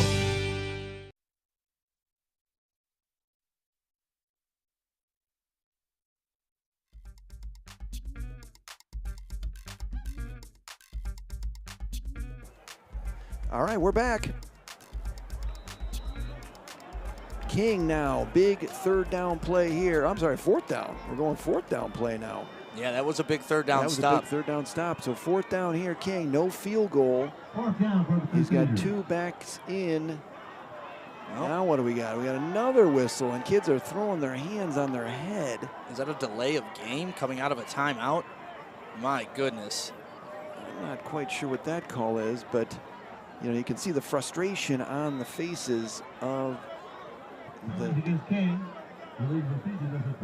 illegal procedure. Okay, well, 4th and 7 turns into 4th and 12 real quick. Well, last time they backed up, they went 72 yards for a touchdown, so that is true. I think Dante Moore can handle it. And they got press coverage on the outside again. Yep, there's motion. I'm going to bring him in there to help block. Going to keep it. Oh, wide open. Great play. Hello. Wow. That was pretty. Great play fake. Bit the linebacker bit. And out of the backfield was Anderson. I think it was Anderson, wasn't it? Yeah, he's got an offer from Eastern Kentucky. And you could tell, man, this offense, it was slow go now, but you could tell they picked up the momentum and they could feel it. And you mentioned it, a little RPO action right there. Linebacker comes up, you dump it right over his head, and that's exactly how the coach draws it up for a touchdown. Sean Hodges got caught again. That's the second time Hodges has been involved in the play on the backside. And so we got ourselves a tie ball game just like that. King says, no, no, no, you can't get away from me, Cass Tech. And they've tied this one up at 14. Here in the PSL final, Division I, here on the Prep. We're going to take a quick break, and then we'll be back for the remainder of the second half here on the Prep.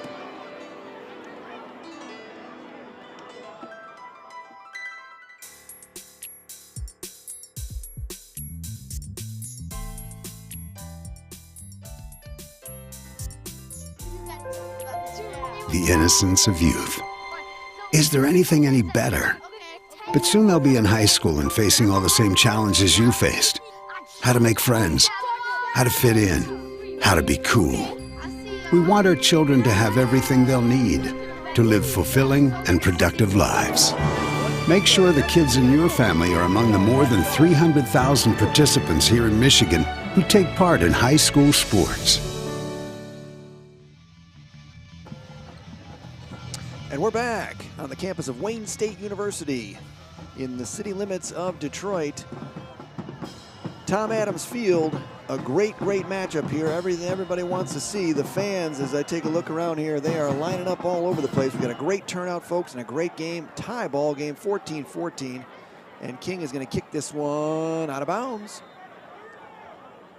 Hey, we're speaking of the fans. They're still piling in. Oh, it's yeah. almost halftime. Yep. They are coming in, celebrating, having a good time, trying to stay warm here, but it's just great for the city of Detroit and really the PSL, the tradition, the history of the league and football here in the city limits. Yeah, and Cass Tech, this is their chance to respond. You got 3 minutes left in the half, and, you know, they had control of this game 14-0. We've seen the momentum swing. Now if you're Cass Tech, you got to continue what you were doing. What they were doing was working. They were controlling the time of possession. They're still controlling the time of possession, 12 minutes to 7. Yep. But it was 10-4 at one point, too. So, as you can tell, Martin Luther King getting back into this game. And Cass has to respond with the score here. You want to go into halftime with the lead after being up 14-0. Yeah, they really, everything, you know, when they made it 14-0, it was everything was working out the way they wanted it to. Control the clock, keep Dante Moore off the field. Yep. You know, methodically go up and down the field, and that's what they did. You had a quick turnover down on the other end, and you had a long pass, and that was it. And just like that, but that's what you get with King and the athletes and the players, and Dante Moore leading it. Yeah, you cannot give him a short field. That is definitely problematic. But also, can't give him a long field either. That's the problem with Dante Moore. You do not want that guy touching the ball, and that's why them controlling that time of possession for like they did to start this game was so huge. But here we go. Tie ball game, 14-14. Might as well be 0-0. We're still playing. We're going to re-kick this one as the original kickoff went out of bounds here. And this one is going to stay in the field of play. And here comes Cass Sadler with it, who took one back earlier, but it was brought back because of a penalty. We'll take that one out to about the 33-yard line, where Cass Tech will set up shop here with 2:54 remaining in the half in a tie ball game, 14-14. And you're looking at Cass Tech and Hodges. He's got 7 rushes for 26 yards and a touchdown, his long of 11. But outside of that, they really haven't had much offense. They've just been methodically moving the ball up and down the field. It's going to be interesting to see how the rest of this half plays out and the rest of the game. Yeah, halftime adjustments I think will be extremely key in this one for both teams and both coaches. You know, they know each other very well, so it's not like they're doing some things that they don't know what they can do. They know what the personnel is. They know what the packages are. You know, a lot of it just comes down to execution. That's where that turnover, you know, in your own zone, you know, really comes back to haunt you. So Mumfield now gives it to Sadler. Sadler turns the corner. Look at the speed by the young man. And we got another flag on the play. Sadler's going to have about 120 yards of return and rushing brought back because of penalties, and this one's coming back as well.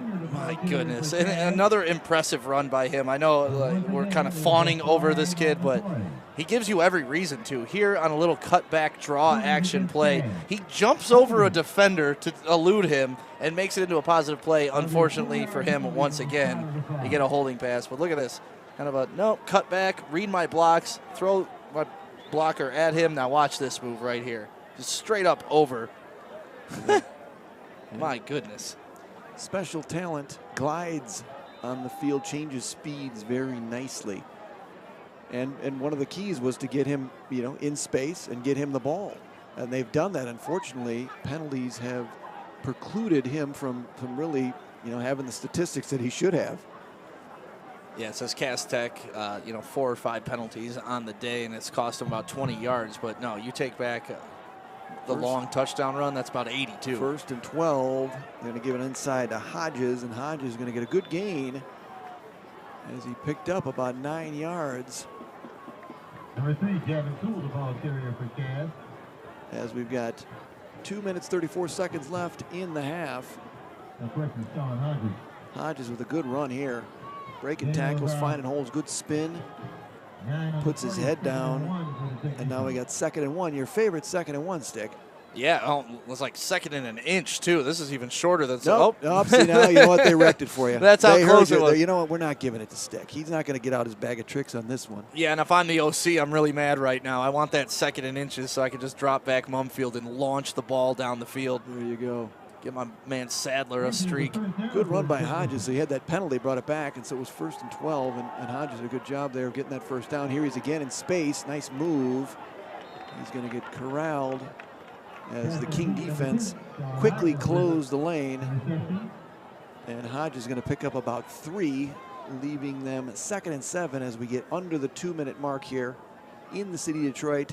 Wayne State University PSL Division I final. A classic matchup. Cass, Martin Luther King, tied at 14. 70 times these teams have met. Mumfield in the backfield. He's got Hodges with it. Good block by Hodges. Fires. There's Sadler's got it. Sadler is going to pick up a first down. Or is it incomplete? It's complete. No one seems like it. No one seems to be very excited. It's not moving forward.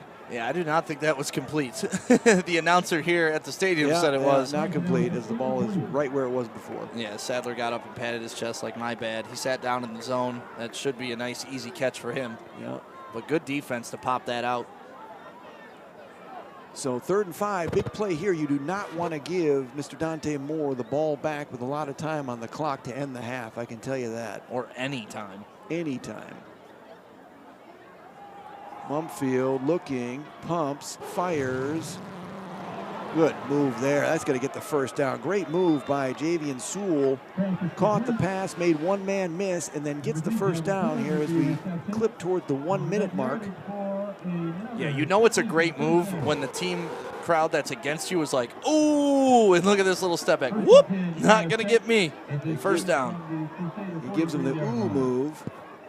The old Chris Berman. Whoop. 1 minute left here in the half. Cass now inside Martin Luther King territory at the 44-yard line. Mumfield moving them, but taking a long time here on this one. Drops back, looking, gonna fire. That's gonna be picked off. He overshot Elijah Jordan, and now King returning it back into Cass territory, and they're gonna get all the way down to the 34-yard line. Jacoby Oglesby. Oglesby sitting down in the zone, and Mumfield just lost it a little bit. And that'll be a turnover. He gives the, looks away, looks back, and just overshot him. Yeah, now we're getting another penalty here on King, which is unfortunate because they're supposed to get the ball right now on the 30-yard line, but it looks like they're going to push them back 15 yards for another unsportsmanlike. So they're going to start this drive at the 45. But here you go, Mumfield just kind of sails on him, yep, over the wide receiver's head. And fortunately for the number 22, he was standing right there, Jacoby Oglesby, and he takes it back for a nice return. I thought he was going to take it to the house. Yeah, he had room and blockers. But that unsportsmanlike conduct is very, very costly. I mean, they're marching them all the way back to the 49-yard line. And not saying they're not in striking distance with Dante Moore from the 49-yard line, but you know, being at the 35 is much better. Cass, another mistake. And it happens, right? Kids are trying to make plays. That ball sailed on him. You know, the wind still whipping, not as much as it was earlier, but that one got away from him. And so now Dante Moore and that talented offense for Martin Luther King have an opportunity here to come out of here with the lead at the half, which would be a real blow for Cass. Turnovers are deadly. Back screen, he's got room and he's got blockers. Anderson looking to get to the inside. Get down to about the 35-yard line. We're going to get a King timeout. And that was another good play by King. They've done this twice now to Jalen Thompson, because Jalen Thompson, we've talked about, big 6'5", 280 pounds, going to Michigan State for Cass Tech. He just dominates the defensive end position. And so what do? They fake to his direction and then throw it back the other way, just kind of eliminating him from the play. Yeah, get him out of the way. So 13 seconds left. King's going to take a timeout. So they got a couple cracks. You got a talented quarterback that could definitely get to the end zone. So there's no concern with that. It's more so, you know, do you run one out? Do you get a little closer? But with the speed, you almost want a little more space if you're going to take it deep. Well, you don't have any timeouts, so you can't throw anything over the middle of the field. Right. You're either working the sideline to get closer, or you've got 2 shots at the end zone. So what odds are you playing? Can I get it out on the sideline and give myself like a 20-yard pass for a touchdown and I only get one of those? Or do I want to take 2 shots at 36? I'm taking 2 shots at 36. I would agree with you on that one. I think with Dante Moore and with Croft Jr., I think that is the way to do it. Well, and also, if it's not a complete pass, there's still pass interference and there's still other things that can happen to give you another play. 5 wide receivers. Well, we got 4 wide receivers. Dante Moore in the backfield. 13 then, another whistle. False start on King. We're going to back him up, I believe, 5 yards. Yeah. Looked like number 27, Darren Taylor, just got a little too excited.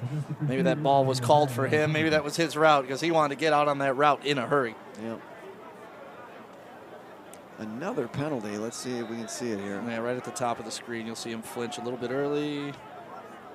Oh, yep. I'm going. He going. He going. Hey, you can't blame him. He's excited. It's a championship game. And if that play was designed to go to him, I would be taking off early too. Tayshawn Henry Johnson now flanking Dante Moore in the backfield. 11 seconds left on that one. They should probably put those 2 seconds back on because it was 13. Dante Moore, there's the out, and they're going to get the out. So there you go. There's your one. Yep. Those were your options, right? Yep. You go 4 seconds, now you got 1 shot. Yep. You go for the quick out to make your 1 shot a little bit closer, or you take the 2 shots at 36 yards. And, they trust their quarterback to make the right play. They trust their wide receiver to get out of bounds, so why not? Take a look at this throw, though. You see where he is, the other side of the field. I mean, that is just a laser. It's a professional throw. It really is. If you can throw all the way from one hash to another sideline, you're doing something right. 4 seconds left. This one's going to the end zone. Dante Moore with it. He's just going to throw a quick another one. They did it again. All right, well, they got 2 seconds. Up, 1 second. You're getting some groaning from the King crowd.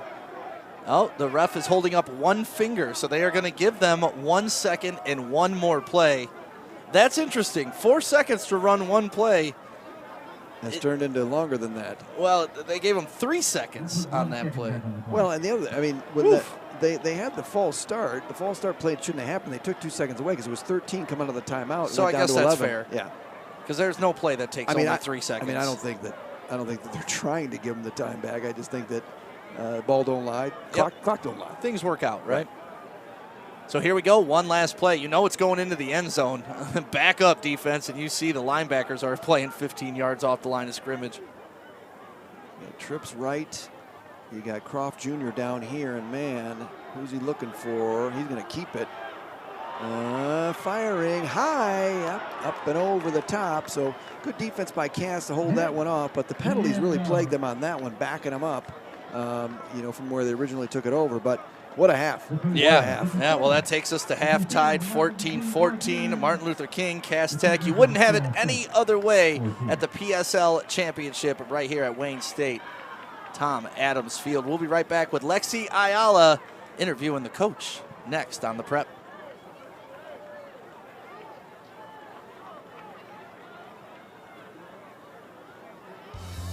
There's just one place where students are students first, and athletics are played with purpose and perspective. That place is your local high school. High school sports offer more than the joy of competition. Studies show that student athletes are also likely to enjoy greater levels of achievement in other areas of their lives, including academics. High school sports, a winning part of a complete education.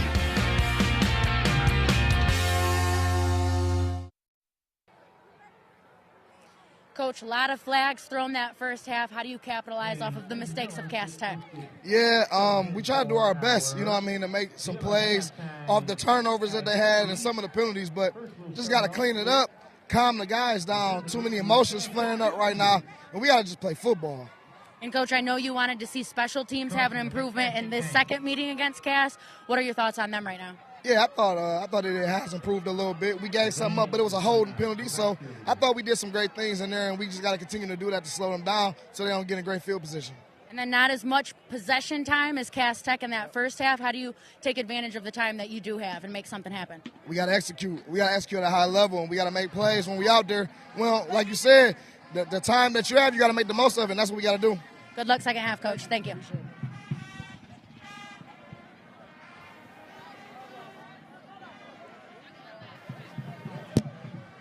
Appreciate you.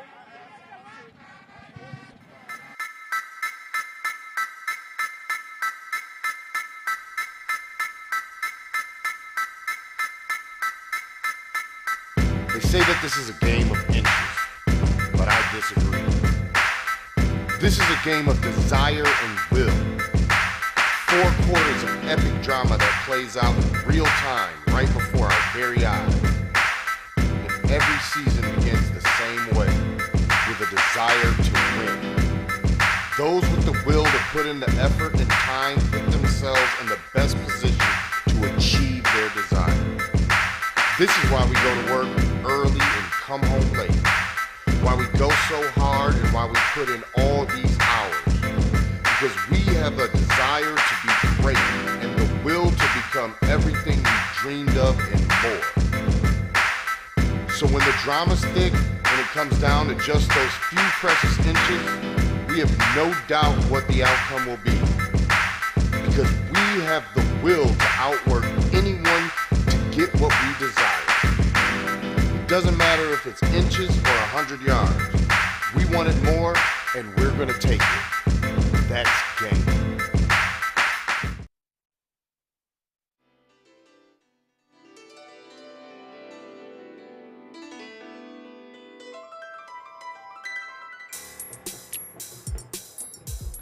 A beautiful look at the Detroit's Renaissance Center. Pink lights on it in honor of Breast Cancer Awareness Month, all October here. Welcome to the Prep as we are at halftime. Wayne State, Tom Adams Field, the PSL Division I Championship going on between Martin Luther King and Cass Tech. We are all tied up 14 apiece. And let's take a look at how we got to this score. Been an interesting first half. Cass Tech kind of took over the game early and often. They were able to keep the ball away from Dante Moore. And you're seeing Mumfield drop back on this pass, kind of check off the safety and then just launch it to number 1, the freshman Corey Sadler for the touchdown. Put Cass Tech up 7-0 early in this game. And that wouldn't be the last we heard from Corey Sadler. But here, big number 2.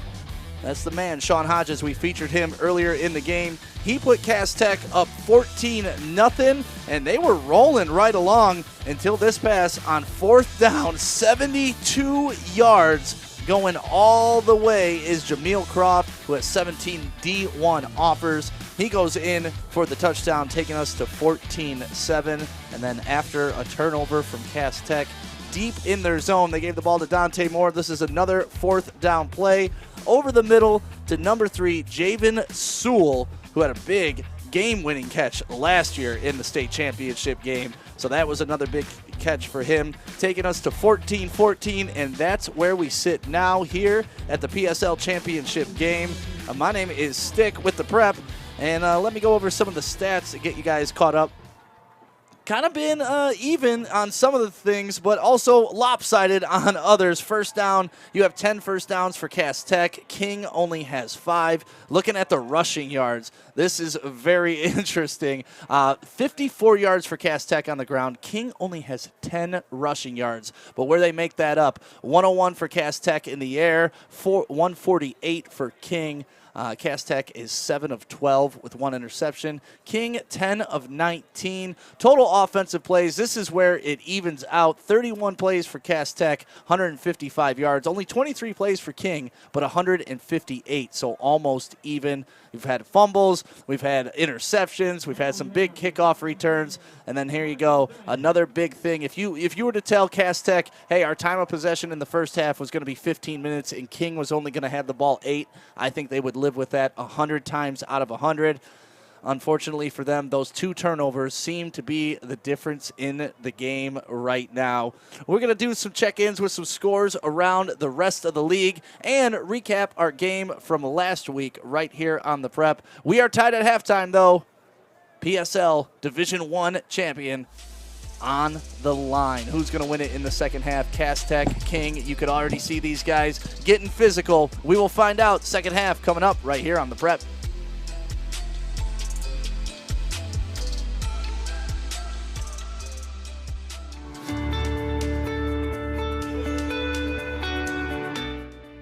Hi folks, Dr. Joe here again with Michigan Orthopedic Surgeons. Did you know that kids are not little adults when it comes to sports injuries? That's because of something called the growth plate. Growth plates exist all over the human body in our growing athletes. They're actually little cartilage discs that exist at the end of all the long bones. It's simply where a kid grows. The problem is that the growth plate can be the weak link. What might be a sprain, a strain, or a tear in an adult when they hurt themselves can actually be a growth plate fracture in a kid.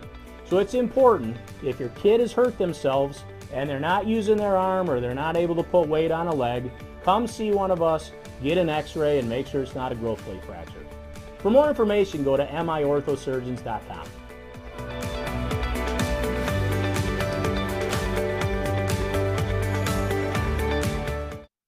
All right, this is Adam, take 2. Mark? I guess. I go like this. The best part about playing football in Texas has to be the reaction from the community. I want to encourage others to play volleyball or choir because you get to experience new things and do stuff that you've never done before. My reason why is passion. My reason why is pride.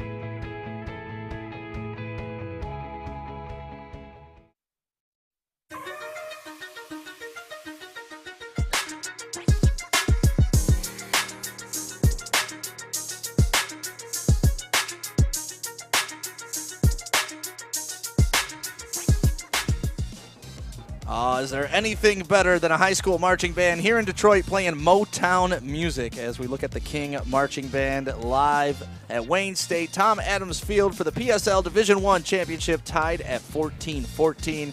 Let's take a look around the rest of the MHSAA at some scores that are coming in right now. Brother Rice 21, Country Day 0.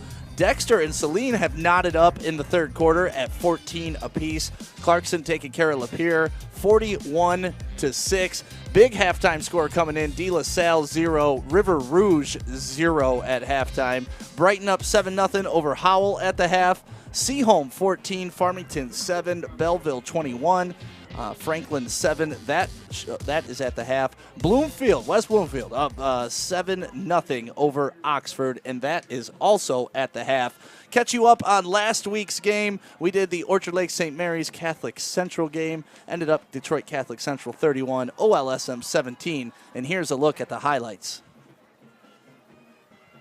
Catholic Central moves to 5-2, 2-1. They will tie with De La Salle for the title of the Central Division, but they did beat De La Salle. De La Salle won 28-0 and wins the Central Division. Brady Blakita with a big run. Yeah, he had 9 grabs for 73 yards stick, but this was a big one, the kickoff return. Yeah, because they were down 7-0 at that point, and then there goes that man, number 2, for his first touchdown of the game, and we're going to see him a lot through these highlights. But this was the big play for Orchard Lake St. Mary's. The throwback pass, wide open, wide receiver. Number 31 catches that for the long touchdown. And then here you go, Bo Jackson dropping back. This was right before the half, throwing it down to big number 3. And he gets down to about the 17-yard line. Unfortunately, they missed the field goal. That took us to halftime at 14-7, Orchard Lake St. Mary's. Then we come out in the second half, and right away, St. Mary's turns the ball over. Interception. Oski. A little Oski. Field goal made there by Catholic Central to cut it to a 4-point game. And then this was the play I was talking about, just outmanned on the defensive end. Probably a timeout should have been called there to kind of address that. But I'm sure Orchard Lake St. Mary's will go back and look at that tape. And then this was a wide open play. Mr. Kitchen catching the ball. And that play was set up by running that screen pass over and over and over. And then once again, Orchard Lake St. Mary's gets the ball back, then coughs it right back up to Catholic Central. And Catholic Central does the dirty work here. And Hager ends his day, put the cherry on top. 2 touchdowns, over 170 yards rushing, almost 30 carries. They fed the workhorse today, and he got it done for Catholic Central.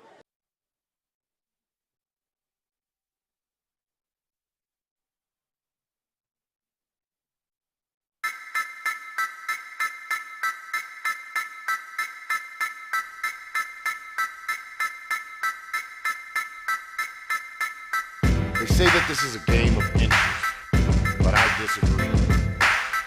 This is a game of desire and will. 4 quarters of epic drama that plays out in real time right before our very eyes. And every season begins the same way, with a desire to win.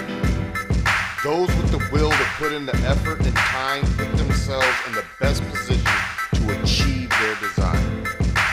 This is why we go to work early and come home late. Why we go so hard and why we put in all these hours. Because we have a desire to be great and the will to become everything we dreamed of and more. So when the drama's thick and it comes down to just those few precious inches, we have no doubt what the outcome will be. Because we have the will to outwork anyone to get what we desire. It doesn't matter if it's inches or 100 yards. We want it more, and we're going to take it. That's game.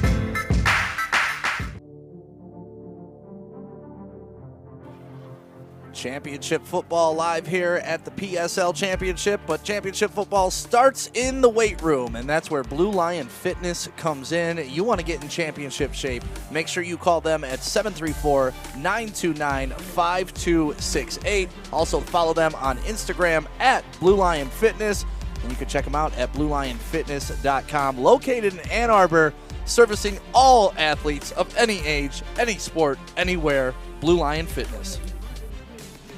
Welcome back to Wayne State Tom Adams Field. My name is Stick.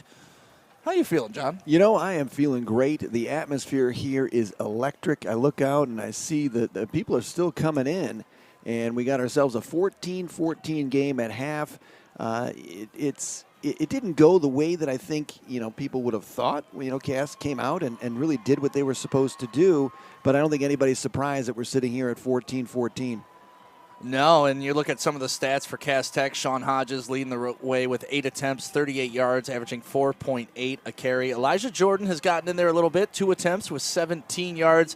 Passing 7 of 11 for LaShawn Mumfield, 101 yards and a touchdown, but that big interception right before the half kind of was not great. LaShawn Mumfield also punting. Sean Rogers with a punt return of 10 yards. Corey Sadler with 3 kick returns for 89 yards. Leading the way on tackles, Javen Sewell with 2. And then we switch over to King. Sterling Anderson rushing the ball. Only 3 attempts for 13 yards. And Dante Moore, 1 attempt for -3. So they have not been running the ball well, but it's those big plays on offense. And Dante Moore coming through, 10 completions on 17 attempts, 148 yards, 2 touchdowns, and the long, of course, being 72 yards, which was a huge play to get King back on the scoreboard for the first time. Yeah, almost 50% of his passing yards on one play. Yeah, if you're Cass Tech, right, and you're Marvin Rushing and you're looking at things and going, boy, we really were doing exactly what we wanted to do, exactly how we drew it up, keeping the King offense off the field, up 14-0, and then, you had a fumble that led to the touchdown, and then you had an interception, which led to the next touchdown. So, really 2 turnovers that really turned the momentum in this game, and really it's got to favor King right now coming out of the second half. Yeah, it favors King, but if I'm Cass Tech, I'm in the locker room and I'm talking, guys, if we don't turn the ball over, we're absolutely dominating this game. It's 0-0 right now. We eliminate those turnovers, we're going to have a city championship tonight. So I think both teams in the locker room at halftime can point to good things and have a good rallying point for each one. Yeah. If I'm the King locker room, it's, hey, we let them get out to a 14-point lead and we've shut them down ever since. Let's keep shutting them down in the second half and we'll walk away with the city championship. Either way, a champion is going to be crowned tonight, and the fact that it's tied right now, 14-14 at the half, is the way it's supposed to be here at the PSL Championship. Yeah, second half wins championships. The other thing, I think, penalties, too. I think both coaches, can point to that and say, we got 6 for 52 and 4 for 17 on the penalties. Yeah, and it's not really the yardage. It's a lot of it's the timing of them, right? like turnovers. You mentioned the first game today with Central and Detroit Southeastern. penalties, almost like turnovers in a lot of situations. Yeah, and we got to say congratulations to Detroit Central for securing their Public School League Division II championship, and a game that they played their game and they won too, and it was a great game earlier. You can go back and rewatch it on the Preps YouTube right now. I would. And we got to thank everybody who's watching on YouTube right now as well. Make sure you drop a comment. Let us know who you're rooting for. And you know what? While you're in the comment section right now, give us a game prediction. Let's do that. I want to know what you guys are thinking while you're watching right now. Who do you think is going to win this game? What do you think the final score is going to be? Because we are about to kick off halftime right here. PSL Division I Championship on the line when we come back on the Prep. It is Gridiron Game Day live from Wayne State.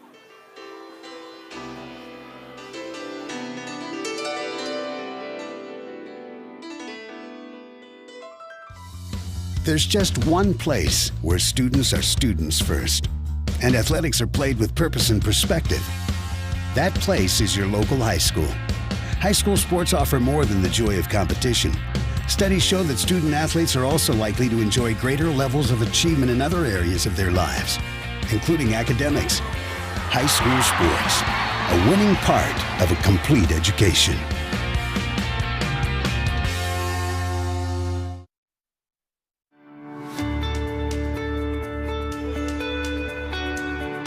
Hi folks, Dr. Joe here again with Michigan Orthopedic Surgeons. Everywhere you look this time of year, people are running, and that's a great thing because running is an excellent exercise, especially for your cardiovascular and musculoskeletal systems.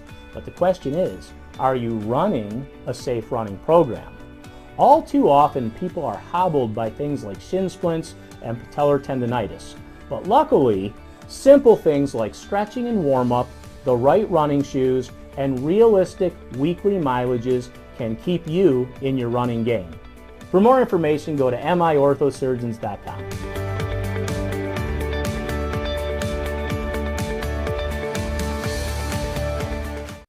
Today I'm going to tell you about sportsmanship because it's important. Treat your opponents the way you would want to be treated. My mom says that. Listen to the referees. It's their job. Be nice to their team and our team. Cheer them on. Always play fair. It's the right thing to do. It's sportsmanship. It's not that hard.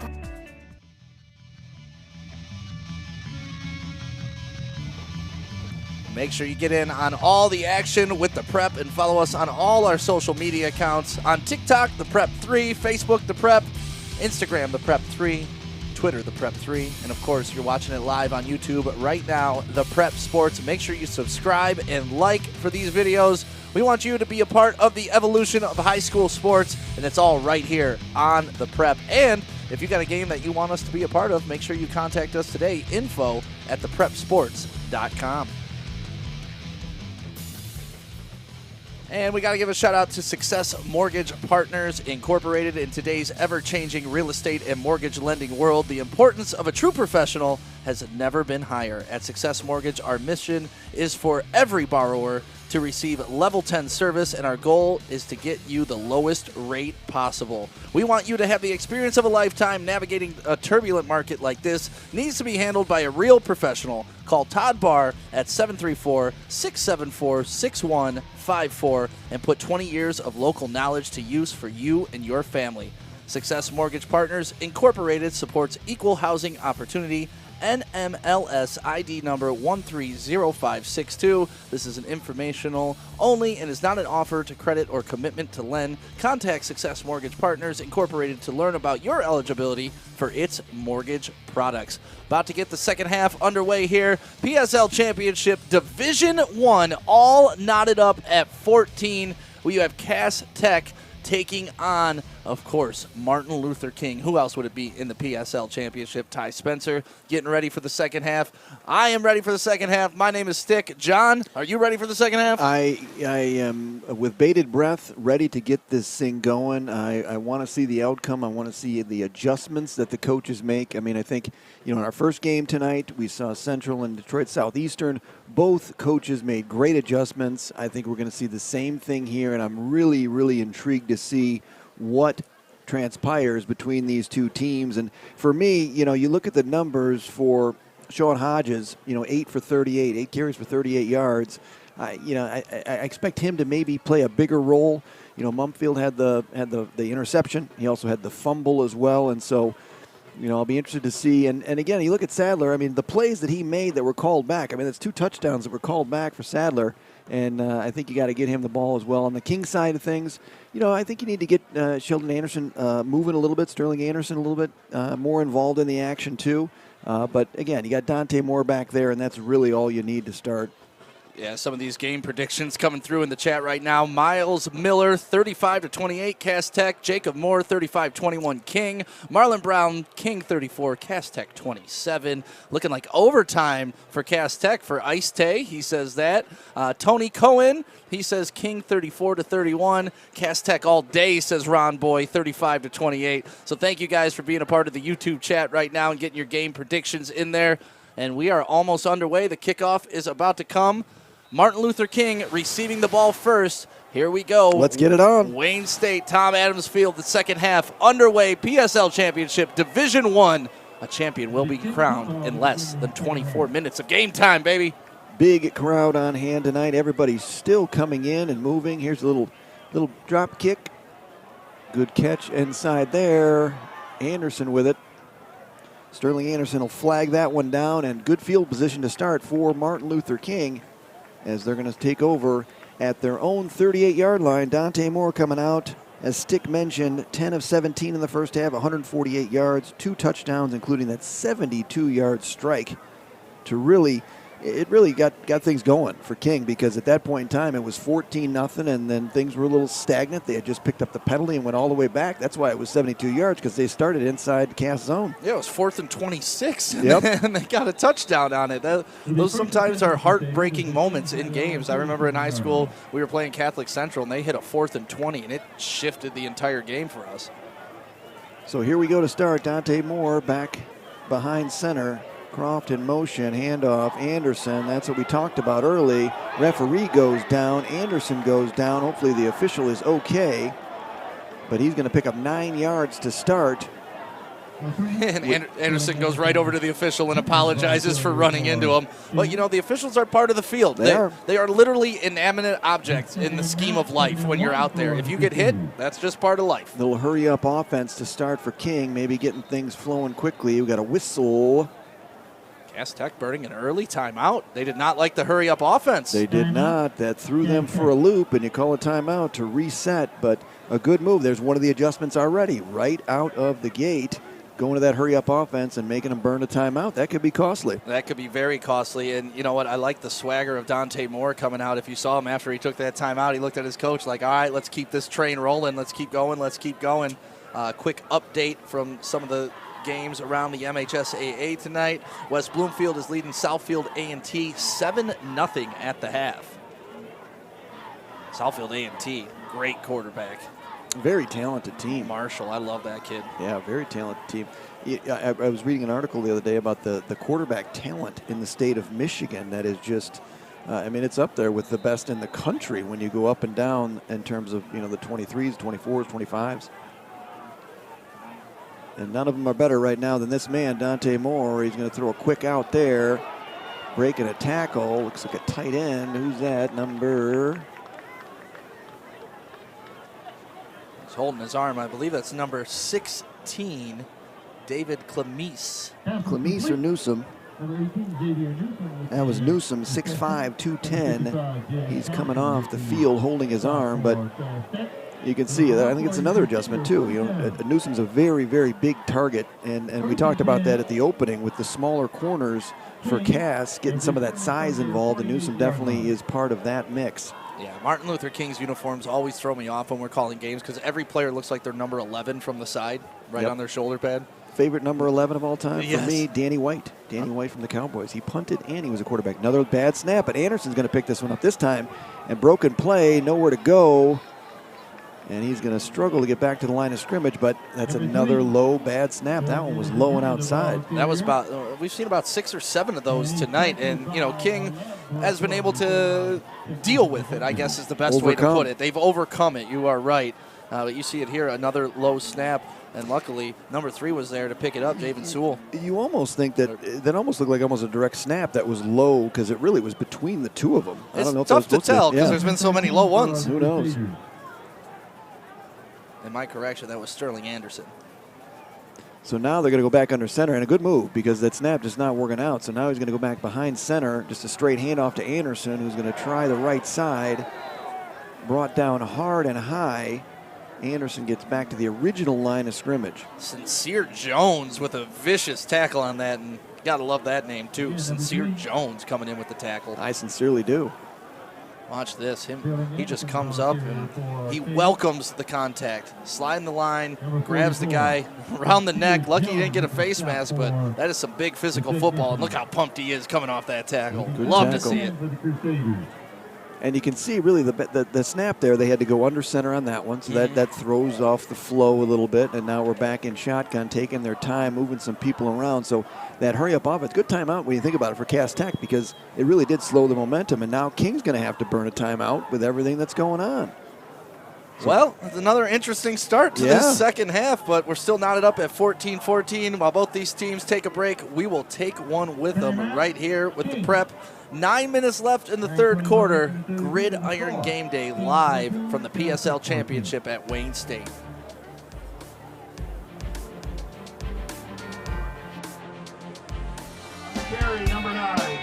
My dad and my grandfather are officials. I've grown up around officials and seeing how much they enjoy being part of the games. As a student athlete, I've always appreciated the people out there who are willing to give back to the kids. The Legacy program lets me officiate while I'm still in high school, working younger kids' games. Officiating gives me a better understanding of the game. I get to make some pretty good money for a high school kid, and I even get to spend some quality time with my dad. There's help wanted. Just whistle. And we're back on the campus of Wayne State University in the city of Detroit. Tom Adams Field for this one, PSL Finals Division I, Cass Tech, Martin Luther King. Epic of epic battles as they go for the PSL Championship. We got bunch formation here to the left. 3rd and 10 for Dante Moore and Detroit King looking all day to throw. Fires high, and that is going to be overthrown. People wanted a flag on that one, maybe holding them up. They're not going to get it, and that's going to bring up 4th down for Martin Luther King, and the punt unit comes on. Lots of time here. Yeah, Dante Moore has all the time in the world. Good blocking up front, especially by Javen Sewell, or I'm sorry, once again, Sterling Anderson on that. That ball was just kind of in between 2 wide receivers. I didn't know exactly who he was throwing that to. Just kind of a misfire by Dante Moore, which you don't see often. I haven't seen it in a while, actually, and even in this game. So punt time for King. 9:14 in this one in the third quarter, all knotted at 14. If you're just joining us, Cass jumped out to a 14-0 lead, dominating the time of possession, and King came back with 2 quick strikes to end the half to knot it at 14. Good snap and kick is up. That's kicking away from Sadler, and that's going to get out of bounds. Just about the 13, 14-yard line, not bad at all. No, and if you're Cass Tech, you got to feel really good coming out in the first possession of the second half, getting a stop. It wasn't a 3-and-out, but you definitely got the stop. You got the ball back, and you've put yourself in position to take back control of this game. And we're going to see if they've dialed up something for Corey Sadler right here, or if they're going to just continue to pound the rock with Sean Hodges. Yeah, I mean, like I said, 8 carries, 38 yards in the first half for Hodges. He was having success. And I think they might want to go back to him, but Sadler, you can't go wrong getting the ball in his hands. No, give it to him every time. Belleville over Franklin right now, 28-14 at the half, and Dexter and Saline tied up 14-14 at the half. We'll keep you updated on all the scores from the MHSAA throughout the game today. Johnny on the spot scores. Mumpfield back, looking, he's got time and he's got some room. That's going to close quickly, but he's going to turn the corner. He's going to pick up pretty close to a first down. Alex Graham had a shot and he took it. If we see that replay, number 11 for Cass Tech, my goodness, what a block he laid. And you were right, Mumfield had lots of room to run, but watch 11 coming from the left side of your screen. Just vicious block. Alex Graham, nice hit, buddy. Big one. Oh, another update. Dexter, they just tied 14-14, but no, Dexter just scored, now up 21-14. And a lot of these games have playoff implications. 2nd and 3 as Mumfield picked up 7 on that scramble. Manageable 2nd down. Got 4 wide receivers. Hodges in the backfield. They're going to run a little sweep, and here he is. But nowhere to go as they're going to close that lane down quickly as Mr. Corey Sadler, true freshman, 14 years of age, out there playing with the big boys, and that one was bottled up by the King defense. Yeah, and that's about the 3rd time this game where they've won that little counter tray where they hand the ball off to the motion guy and he cuts back while the guards are pulling. They had a long run on it earlier in the game. It got called back by a holding penalty, but you could see Sadler after that play talking to Mumfield saying, hey, next time I'm going to continue to go right with that.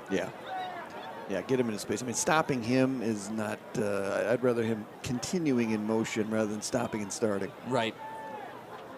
So 3rd and 2, big play here inside their own 25. Cass Tech with it. Handoff. Hodges has got room. He's going to get the 1st down. Spin out of it. He's got more room. Good play. Careful on the sideline. You're going to get a penalty. Be careful. We're going to get flags. And both teams have to know anything after the whistle is going to be called because it's a short leash out there in terms of the officiating. Well, Coach Ty Spencer was talking about that with Lexi Ayala, too, when they were talking about being composed and whatnot and just playing football. And this was a great play by Cass Tech. Look at the speed by Hodges to get to the corner and get that edge. Strength on the spin. Yeah, and then he just won't go down. And then there's a little bit of a face mask. And now you're 10 yards out of the field. You're still messing with him. He's on the bench. He's talking trash to the coach. Like, this is what football is supposed to be out. This is what championship football is about. As long as they don't cross the line at any point, just keep playing physical with each other. Yep. And that's going to be on King. So tack on 15 yards to that one. And that'll take Cass Tech all the way into Martin Luther King territory, setting up shop on the 43, 44-yard line. And this is what Cass Tech did in the first half. They just kept controlling the offense, keeping Dante Moore off the field, and the turnovers is what killed them. So if they can hold on to the ball here in the second half, they got a good shot. For sure. 3 wide receivers. Hodges flanking upfield. Inside handoff, he's got room. Oh, he almost broke that one. Number 25 there, Cameron Summerhour. Jalen Garrett just able to trip him up, or that was going to the house. And big tackle by Garrett. He's made a couple big plays in this game, but watch number 55 for King. Able to scrape down the line, just hold on for dear life and catch that left ankle. Yeah. Sean Hodges got a rest off of that play because he's been carrying the ball a lot that last run as well. Well, when you got guys like Cameron backing him up, you can give him that rest and still expect to have some big plays. Cameron just seems like a little bit bigger, taller back. We haven't seen a ton of this game. No, he had 1 carry, I think, in the first half. Yeah, 6 foot, 205 sophomore. He will flank Mumfield. He's going to inside handoff. Great pursuit by number 32. Sewell on the sweep. Yeah, Marvell Eggleston on the tackle right there, 6'1", 195 junior, but that was great pursuit for him to come from the inside and get outside to tackle. Moving the chains as Sewell's going to pick up the 1st down. Watch 32 right there, scrape and come off. Like, good job. Yep. He played the inside run and then still had enough speed to cover the outside. Came up holding his stomach a little bit. And he's actually going to come out there. He seemed to get a little banged up, and he'll come off. But another 1st down for Cass Tech, and this really is reminiscent of early in the second, pretty much half the second quarter is what Cass Tech did, the same exact action in terms of what they were trying to do. So we got 4 wide receivers. They run it again, that same play. And no daylight there for Corey Sadler as they ran that counter trade the other way again. Corey Sadler, the ball carrier for Cass Tech. Yeah, and like you were talking about, I'm with you on that. Like, I don't want Corey Sadler to have to stop and then counter the other way. I want to hand him the ball at full speed coming across my face and let him go. But obviously, it's in the playbook for a reason. It did work earlier, except for that holding call. So it is a good play. I'm with you. Give this guy momentum and let him go. Some more score updates from around the MHSAA. Harper Woods up 14-6 over Rochester Adams. OLSM has taken a commanding lead over Oak Park, 38-14. That's your Eaglets. That is. Thank you. Jermaine Gonzalez. All right, 2nd and 10 here. Inside, roll out. Oh, keeper. Room, first down. Great run by Mumfield. He is shifty, isn't he? He is. He extends plays, uses feet when he needs to, and that was a really, really good run. That'll be another first down, almost designed to a certain degree. I think he rolled out looking, and then a good pump fake, and now he's gone. A good juke there to the inside. 2 of them. Yeah, and that's what we were talking about earlier. When you have an athletic defense like Martin Luther King, use their speed against them, and you see that. He's able to cut back while they're flying by to the right. Yeah, over pursue, yep. So Cass Tech marching all the way. This drive started back on their 12-yard line. And now they're inside the red zone, sitting up at the 19-yard line of Martin Luther King in a 14-14 game. Mumfield in trouble. He's going to tuck it again and just slide on that one. We're going to get a flag on the play. Now we're going to get one flag down. Yeah, it looks like a holding penalty. Another holding penalty. But there you see it again with Mumford using that pump fake as a weapon. It's almost been his main weapon tonight. And even on the touchdown throw that he had, he looked off the safety with a pump fake too. Let's see when we pick up a hold. Right there in the middle of the screen. When you see that jersey stretch, every time. So again, another mistake by Cass Tech. They were inside the 20. Now they back it all the way back up. Out to the 35-yard line now. Yeah, Cass Tech, I mean, the one good thing about this drive is they've shifted field position, but you don't want to be sitting here 1st and 25. Yep. Mumfield. Hodges back in the game. Alex Graham, number 11, down here closest to your screen. Mumfield looking. He's going to roll out. He's in trouble, and he's going down. He is going down. That man, Kenny Mayweather, is going to pick up the sack. And that is why Iowa picked him up. That is where he is going. You know about that Iowa defense. They are strong. Not much on offense, but the Iowa defense is something special, and he's going to contribute next year. As we know by now, Mumfield is not easy to take down, track down, or even get your hands on. Yep. 2nd and 25 now as Cass Tech got inside the 20, and now they are going in the wrong direction. But they are still killing clock. That was the other thing I was going to say. Yep, we're running clock, but it's not 14-0 as it was earlier. Mumfield, screen, set up well, got room. Good play there as almost back to the original line of scrimmage. Cameron Summerhour caught the screen, number 25. Spelling Hodges. But that at least makes it manageable. I mean, 3rd and 15 obviously isn't ideal, but it's much better than 3rd and 26 or 3rd and 28. So you're at least giving yourself options, and this is probably 4-down territory, so you're going to try to pick up 7 on this next play. So your 4th down is only going to be about 7-8 yards. That's ideally what you want if you're Cass Tech. That was actually Kamari Anderson with that one. He's a Cincinnati commit, 6'5", 220. Beast. Well, really 4-down territory here, so really got 2 to get 15. Looking, fires, got room, open, great throw, great catch. Mumfield split the seam and found his man inside the 5, down at the 3-yard line. Great throw, great catch, and exactly what the doctor ordered. Yeah, Elijah Jordan just beating his man on the inside, and a great pass by Mumfield. He puts this on a rope right to his wide receiver, and, you know, why try to get it on 4th down when you can get it on 3rd? Yep, Agent Zero with a great catch over the middle, Elijah Jordan. And honestly, if you're here and you're Cass Tech, you don't mind maybe not scoring on the first play to run a little bit more clock. After that, the urgency starts to set in. And this is just, I mean, this is very reminiscent of the second quarter. Inside handoff, break, oh, good move, and a good tackle as well. Nice play. Shoestring tackle, saved a touchdown. Hodges tried to break it, couldn't get in. But to your point, and they're going to run quick here. They're going to go quick on this one, not let King substitute. Sadler by himself on the outside. A lot of room out there for Sadler. That is a lot of space. That is an island. Mumfield runs. Mumfield keeping it in. Fumble. Ball's out. Ball's out. Ball's out. He's got it. Touchdown. Touchdown. Mumfield fumbled it.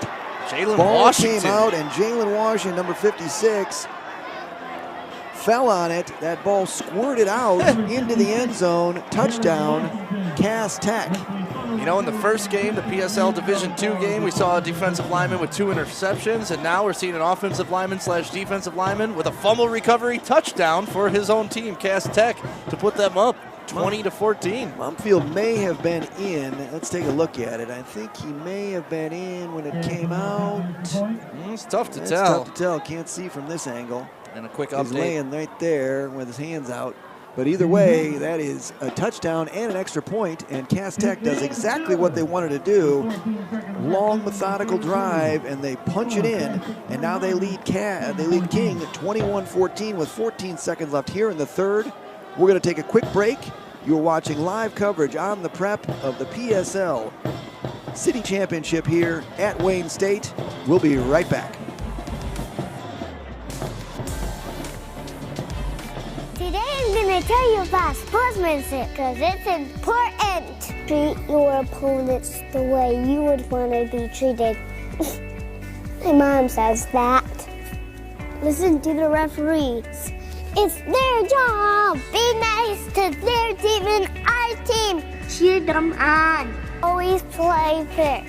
It's the right thing to do. It's sportsmanship. It's not that hard.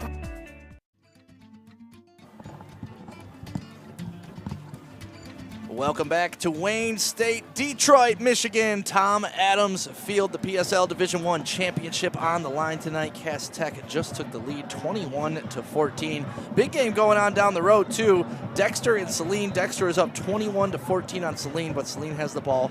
4th down at the 15-yard line, 20 seconds left in that game. We will keep you updated as Cass Tech gets ready to kick off, capping another long drive. 9 minutes of total possession, 12 plays, 85 yards, capped off by a touchdown run. That is exactly what the doctor ordered. There's a kick bouncing around. Careful with it. Good pickup. Watch the wide side. Speed.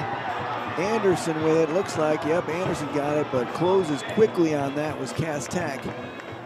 And Dante Moore is going to come back out here. Second possession in the second half, and really they only had the ball one possession in that third quarter. Yeah, let's show some love to Arshawn Thornton on this play. If he doesn't contain this run and turn him back inside, plus he makes the tackle, but if he gets that corner, he was looking at a lot of green in front of him. Stay in your lane.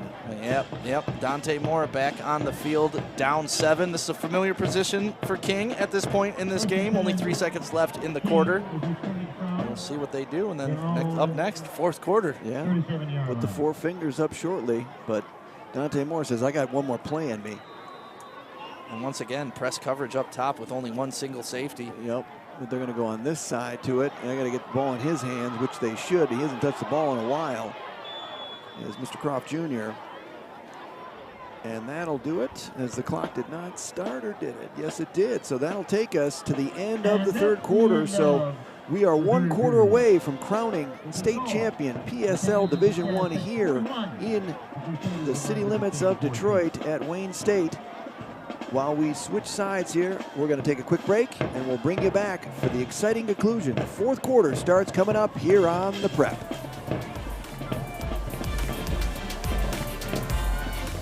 There's just one place where students are students first, and athletics are played with purpose and perspective. That place is your local high school. High school sports offer more than the joy of competition. Studies show that student athletes are also likely to enjoy greater levels of achievement in other areas of their lives, including academics. High school sports, a winning part of a complete education.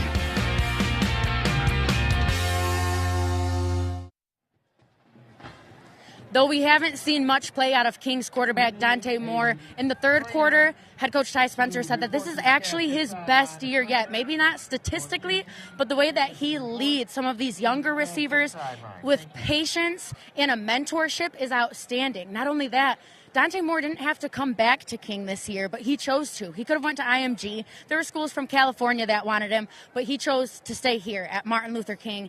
And this is what the culture of this school is all about. It's the relationship building and the love that they have for each other. John? Thank you, Lexi. Yeah, why would he go to IMG or California? They don't know anything about football in those states. This is Michigan football, MHSAA. And speaking of, Dexter held on for the win, 21-14 over Saline. But quit trying to recruit our state, other states. If you claim you're so good. Keep off our players, yeah, if right? you claim you're so good, why are you coming here to get players? Exactly. All right, Dante Moore with it. 50-yard line here for King.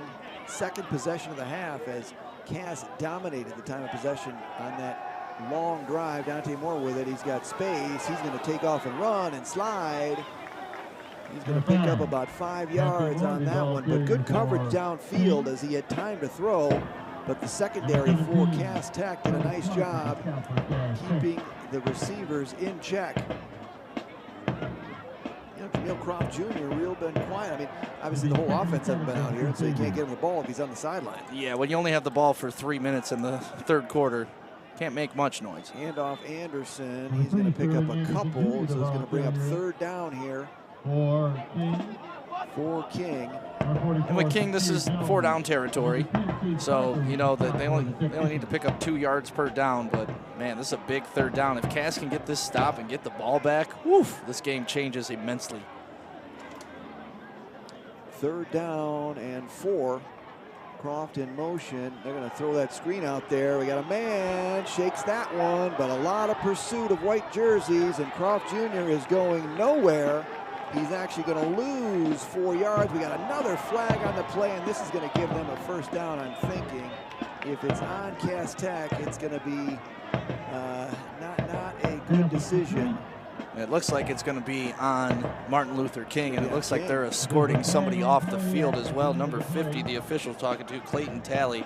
But I was going to say, Matthew Nickens, you got to give it up to Matthew Nickens for Cass Tech coming in to make that play.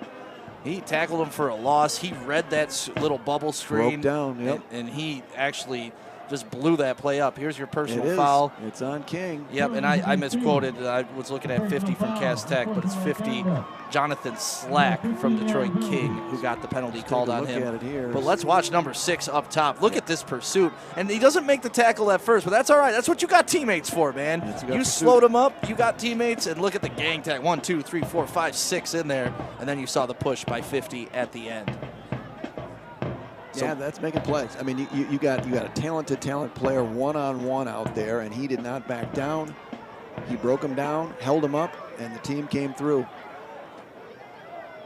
And we got a punt on the way. That's going to bounce. It's going to go sideways. And going to be down right there at the 33-yard line where Cass Tech is going to take possession. 10:41 remaining in this one. They're up 7 with the ball, with a chance to milk some more clock and potentially add to their lead. We're going to take a quick break here. We'll come back in a minute after a word from our sponsors right here on The Prep.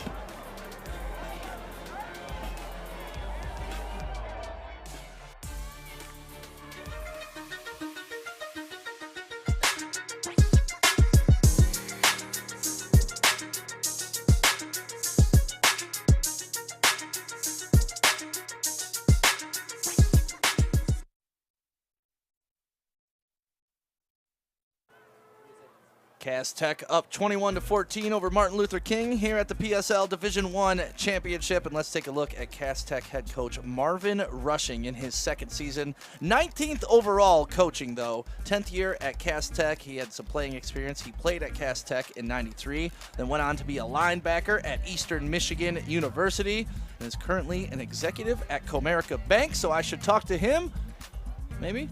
You can if you want to. Yeah, he can help me, save some money. Banking do his needs? thing. Yeah, Any banking needs you might need. Well, he's good with numbers, and you can tell that because I believe the number that he was most focused on coming into this game was time of possession.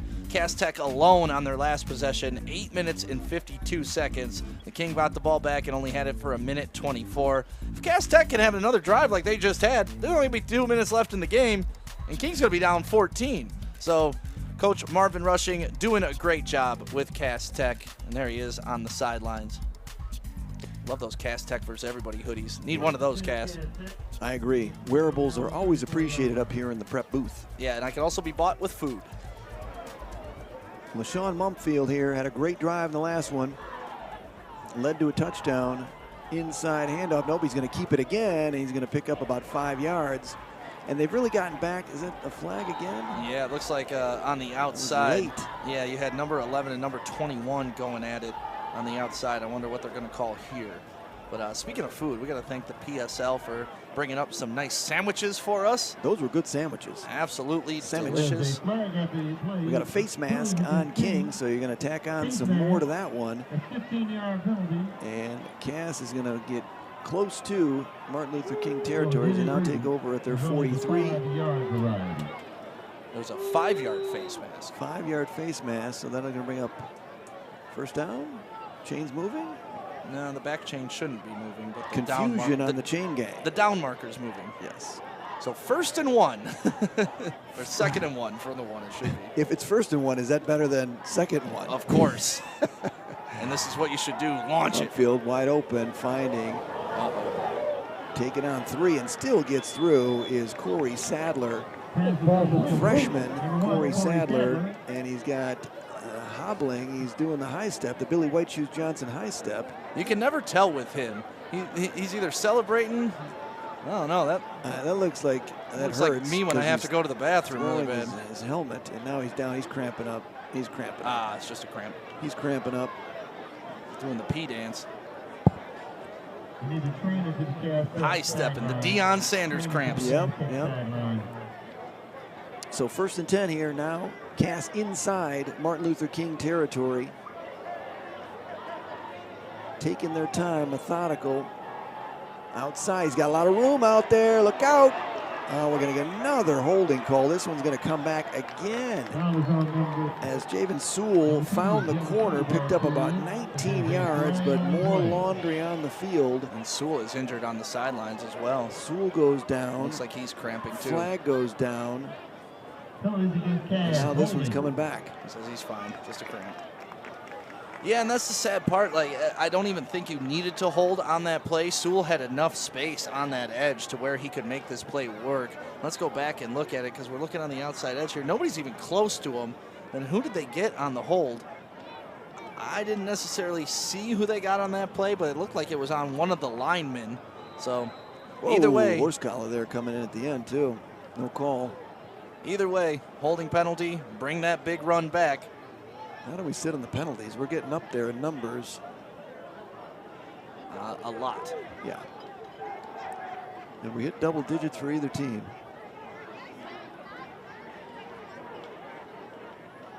Turnovers again. I mean, that was a 20-yard play that put them inside the 30, and now they're back outside the 50 here. King has 9 penalties for 86 yards. Cass Tech 6 penalties for 40 yards. King bringing the heat, but that's going to open up space as Hodges makes a great move. Good tackle there. Croft Jr. saved a long gain there as he caught him by the shoestrings as Hodges split him, spun him. And you could tell Cass is almost there. They're very close to breaking a big run like that. And you send out big number 55. We mentioned him a lot in the first half. Not a lot here in the second half. Jalen Thompson was out there as a lead blocker. But Cass Tech, they just keep pounding it and pounding it and pounding it. Eventually, it's going to break. Yeah. And the good thing, the last time these two teams played, Hodges got a lot of carries, and now they're spreading the wealth a little bit. They're running those sweeps. They're giving it to a lot of different people. You saw Cameron Summerhour in there getting a couple of carries as well. Open. Oh, he missed him. He missed him. Mumfield, good drop, had him, and he knows it too. As Kamari Anderson, big Kamari Anderson, 6'5", 220, big target.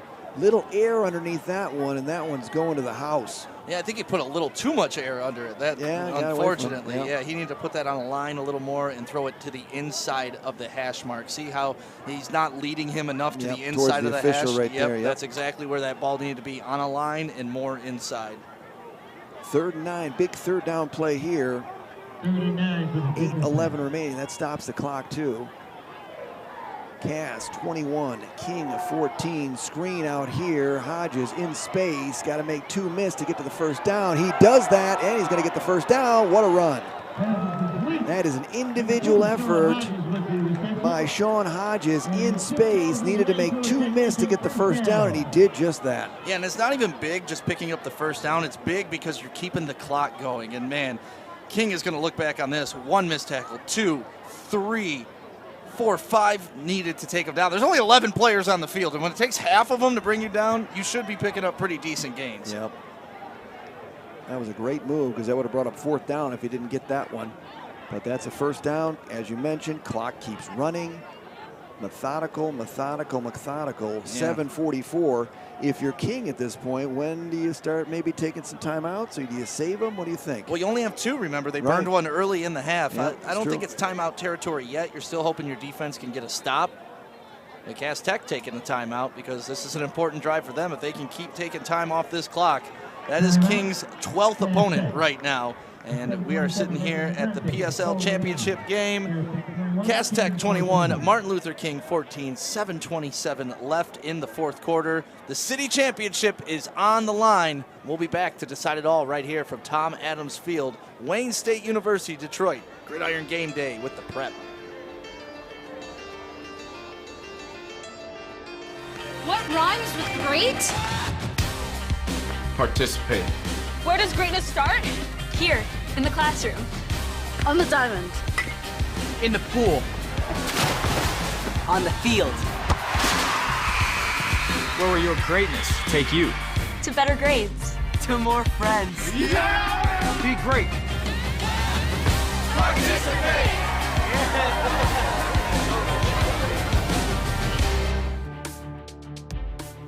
And we're back. Wayne State PSL City Championship on the line. 7:27 left. Cass Tech up 21-14. Another methodical drive, inside handoff. Agent Zero with it, looking. He's going to go down as Elijah Jordan took the handoff, danced a little bit. Pursuit came, he went down, but clock is a-ticking. Yeah, not only is this game important to win for pride, but also Cass Tech needs this to make the playoffs. So they're playing for a little bit more than King. Not saying that a city championship isn't enough, but there's a little bit more on the plate for Cass Tech here. King still understands, hey, we got a state championship on the line. Cass Tech wants to fight for that too. Yeah, there's a bigger prize at the end of the rainbow, but this is for pride. This is for the city. 3 miles separate these two schools. So 2nd down and 9 as Agent Zero picked up 1 yard. Trouble, he's in trouble. Oh, he gets away, stays on his feet. What a great job. Look at Mumfield go, stays in bounds. Wow, individual effort by Mumfield. You thought they had him. Think again, my friend, as he skirts forward. Another first down inside the 20-yard line. What a job there. And we've been talking about his elusiveness all game long, using that pump fake to his advantage right there, kept the ball high, then able to slip through here. Really, the only player to bring him down isn't a Martin Luther King player. It's Cassius Shivers, his own wide receiver he runs into. Yep. That's the only reason he went down on that play. But happy to do it. You're down at the 19-yard line. Tick, tick, tick, tick, tick. The clock keeps going. They're huddling up for 30 seconds at a time and just keep pounding the ball against King. And that's got to be frustrating if you're Martin Luther King right now. Dante Moore over there. You got a jacket on. You got to start warming up again. This is the 2nd time he's going to have to rewarm. To reheat like in the microwave. Now they're going to start coming, but again, gets away. Boy, they had him again, dead to right in the backfield. There's Mumfield, so elusive in this game. Yeah, giving them nightmares in this game, honestly. Mumfield is just doing his thing. And he is spent, too. You can see him kind of walking back to the huddle going, whew. Well, you know, last year he was the quarterback during the Cass-King game, and King was able to come back off a kind of a Mumfield interception that kind of changed the game. So, you know, he's put that in the back of his head. He said, I'm not going to let this city championship slip through my fingers again. Actually, I'm going to slip through all y'all's fingers while I'm on the way to get this championship. Redemption is always a great motivator, and he's taking it to heart now as that clock is still ticking. We're coming up on 5 minutes remaining in this one. 2nd and 7 for Cass Tech. In at the 15-yard line of Martin Luther King, up 7. Oh no, here's a fumble, ball loose. Who's got it? Ball loose. I think King's got it. I'm not sure. King is celebrating, but I think Cass has got it, to be honest with you. 2 Cass players had a shot at it, but you never know what happens at the bottom of those piles. It gets gritty, it gets like nasty. Yeah, it looks like just 3 people on top of each other. I mean, who's got it? Cass has got it. Ooh! Cass has it. Boy, oh boy, wait till we see this run. We're going to take a look at this as they're both holding on to it. They're still fighting. Look at that. Yeah, they'd be here for the next 24 hours if you didn't make a decision right now. He's not letting go. He's got it. No. And you know what? This is what was the Achilles heel for Cass Tech in the first half, too. They were dominating the game just like they have been this Same time. thing. But a turnover could have changed this game. Oh, my goodness. Sewell on the sweep. Sewell got it back, though. I think he got it back. That is a big, not only just to able to retain possession and run more time off the clock, you're not giving them that big momentum boost as well. Even if they stop you here on 3rd and 4th down and get the ball back, it's not the same as forcing a turnover, getting it back, and then potentially having another big 72-yard play. Yeah, well, you look at that. I mean, that's scoop and score range over there. That thing pops a little bit farther out. Who knows what can happen? So they got to take care of that ball. 4 minutes remaining here in this one. Quick slant. Oh, yeah. Get him into space. Get him into space. Get him into space. There he goes. Touchdown at Madigan. Corey Sadler doing what he does as a true freshman. And that's going to be a touchdown for Cass Tech, capping off an epic drive again. Unbelievable. He is. Just as a freshman to play at this level and this type of game, playoff appearance on the line, city championship on the line. You have a kick return called back, and they have the faith to go to you on 3rd and 12, a quick little bubble screen, and just let this kid use his speed, his strength, his vision. He has every tool that you want in a football player, and he's got a nasty streak in him that I like. Extra point on tap. He missed it. Nope, he got it. Didn't look good from up here. It did not. It got through, and now Cass Tech takes a commanding 14-point lead with 4 minutes and 13 seconds left. We're going to send it out for a break here. We'll come back for the final 4 minutes. City Championship in Detroit, Division I PSL. And we'll be right back as you follow us here on The Prep.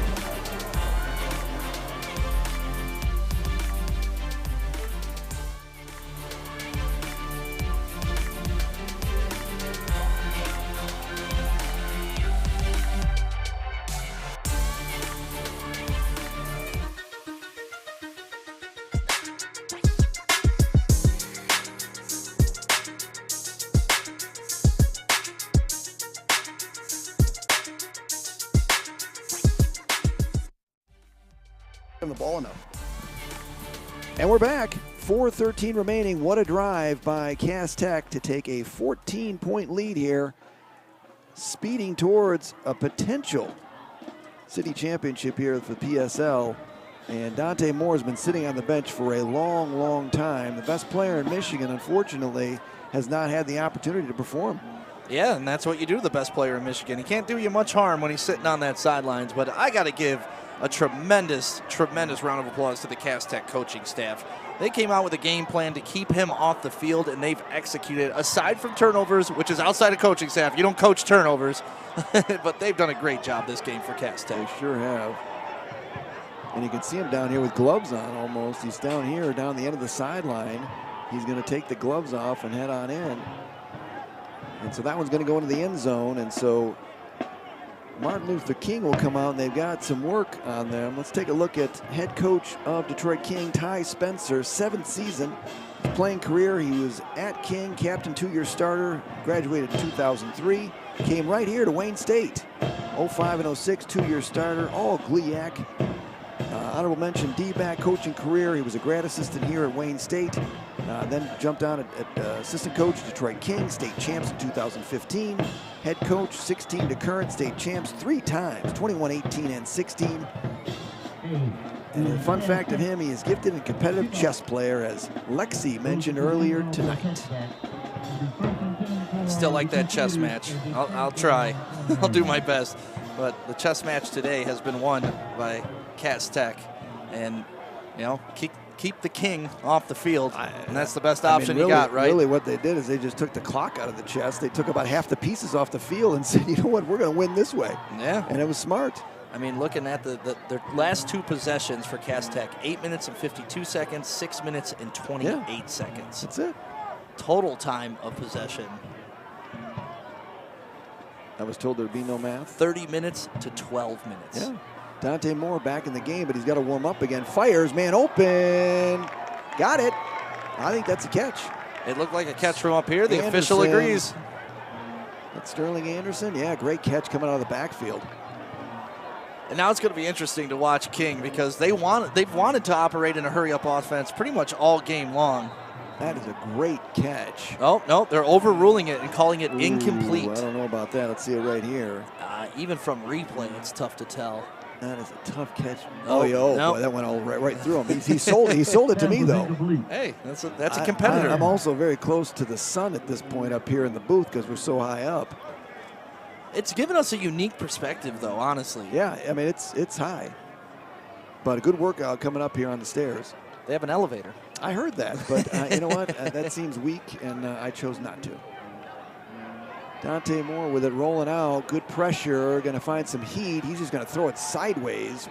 Saw a flag come in. Moore is down. Ball is down.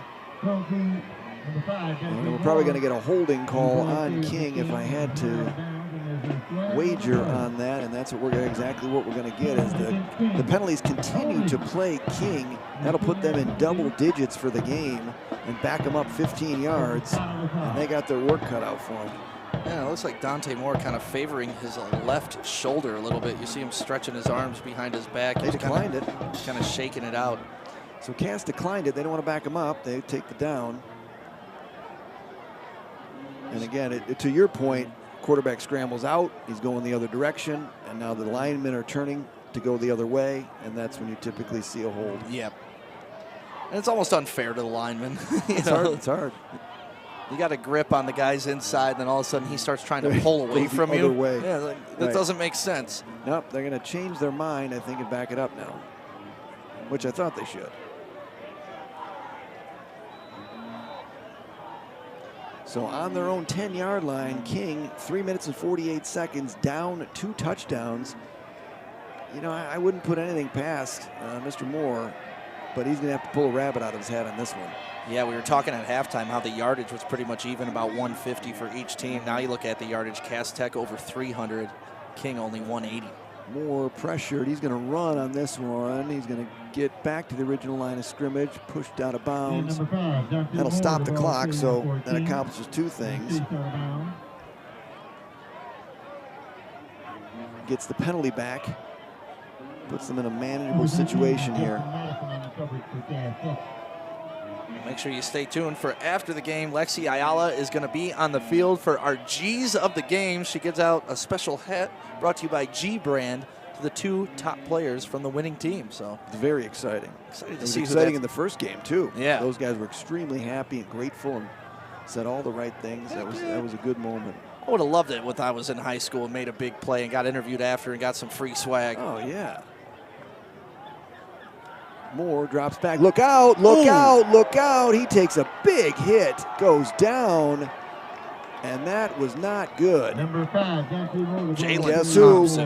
Hey, what did you say in the beginning? You said he came to play and he finally got loose. And he took a big hit. He absolutely dominated the first half on the defensive and offensive side of the ball with some big blocks leading the way. And there you see Dante Moore just deep breaths, feeling the pressure. But, you know, these guys are both going to play at the next level. Dante Moore at Oregon, and then you got Jalen Thompson going to Michigan State. So these are big-time players hitting each other really hard, but my goodness, he swallowed him up. And then another holding call to add insult to injury. Why don't we decline that? We'll take the sack for our big, huge defensive end. Hello gets around him. He even shook off the hold, and that's a lot of weight coming down. And yeah, in the NFL, that's a penalty, roughing the quarterback, but touching the quarterback in the NFL is a penalty. In my opinion, that's a good, clean tackle. Yeah, he's just a big boy. What are you going to do? Yeah, that's it. Swallow him up. Dante Moore is back to punt, and he is moving gingerly back there. I'm shocked they're punting here. I mean, I know it's a crazy down and distance, but there's only 3 minutes left on the clock. I think that hit has a lot to do with it. Uh-oh, Sadler making plays, spinning down inside the 30. And Dante Moore, you can see him here. He's going to walk off very slowly, as that was a big hit. He doesn't look good out there. Well, like I was saying, even before that play, it looked like he was nursing his left shoulder, and then to be come down on like that with that was 200 left shoulder, yeah, and 280 pounds coming crashing down on you.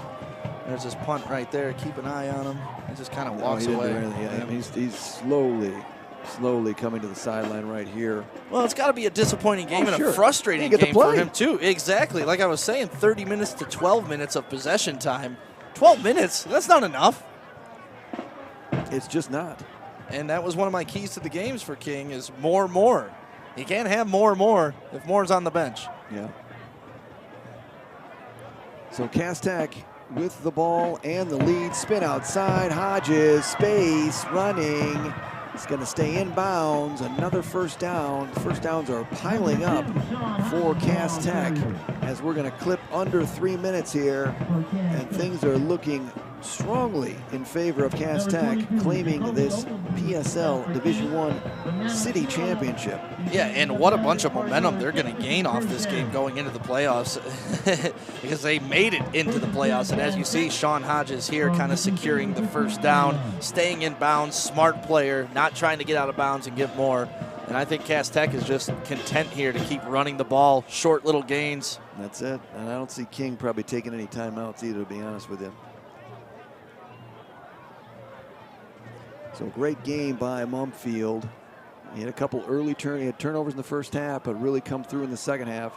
Hodges up the middle. He's going to be stopped. Trying to strip the ball loose. Not going to happen. And the clock is ticking as we hit 2 minutes. You see Dante Moore here on the sideline still working his shoulders, stretching his shoulders behind him.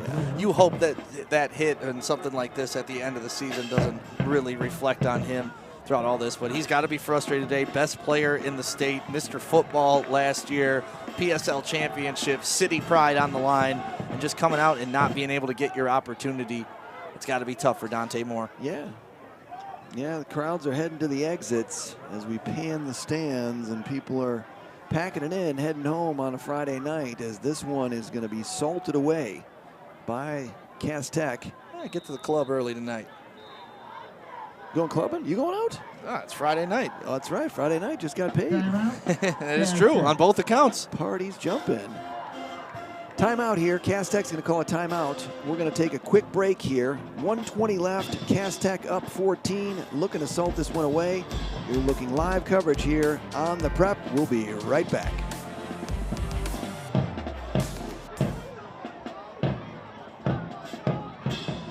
Today I'm going to tell you about sportsmanship because it's important. Treat your opponents the way you would want to be treated. My mom says that. Listen to the referees.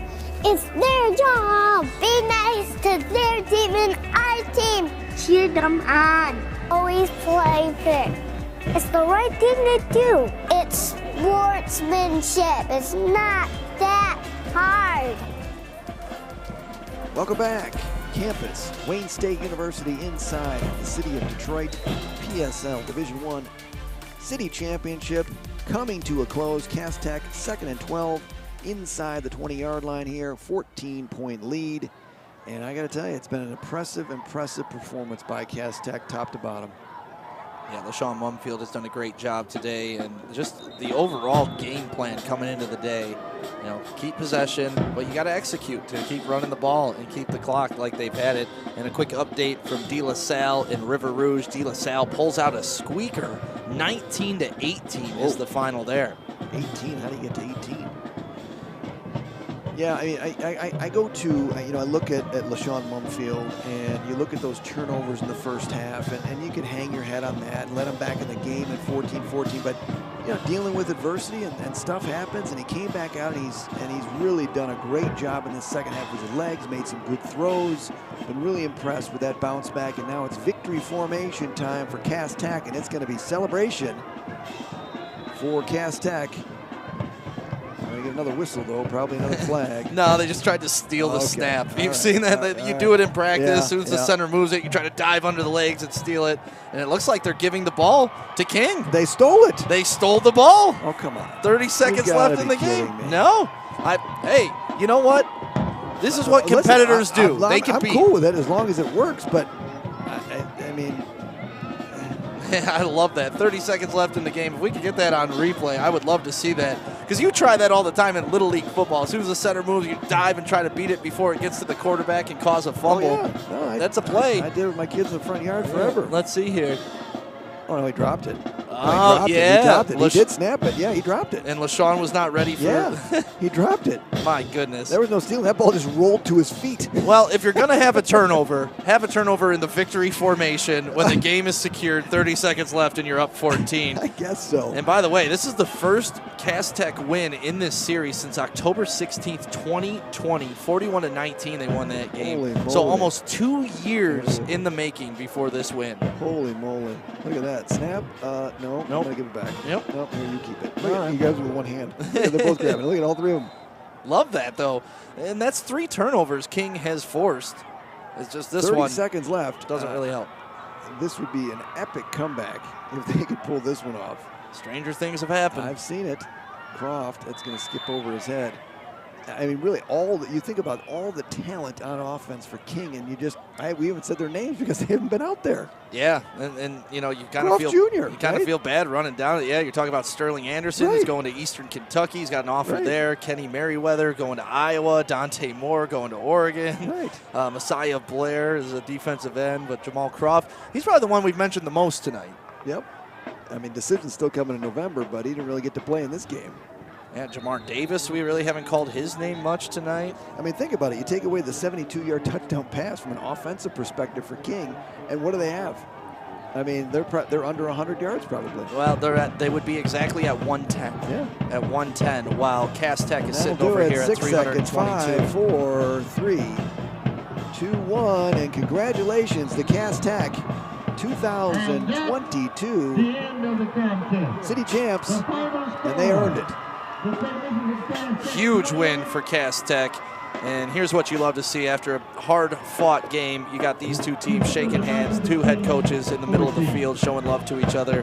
This is what you love to see about high school football. Always about the city of Detroit. When the game's over, they go back to sharing that common bond. That's the city of Detroit and PSL football. Yep, well, Lexi Ayala, she's going to pull aside the 2 G's of the game, and we will get to her next when we come back. But that is your final champions. Cass Tech 28 over King 14 right here at the PSL Division I, Tom Adams Field, Wayne State.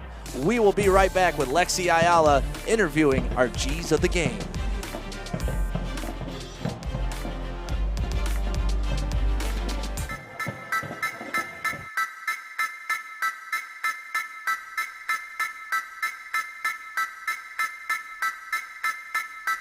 They say that this is a game of inches, but I disagree. This is a game of desire and will. 4 quarters of epic drama that plays out in real time right before our very eyes.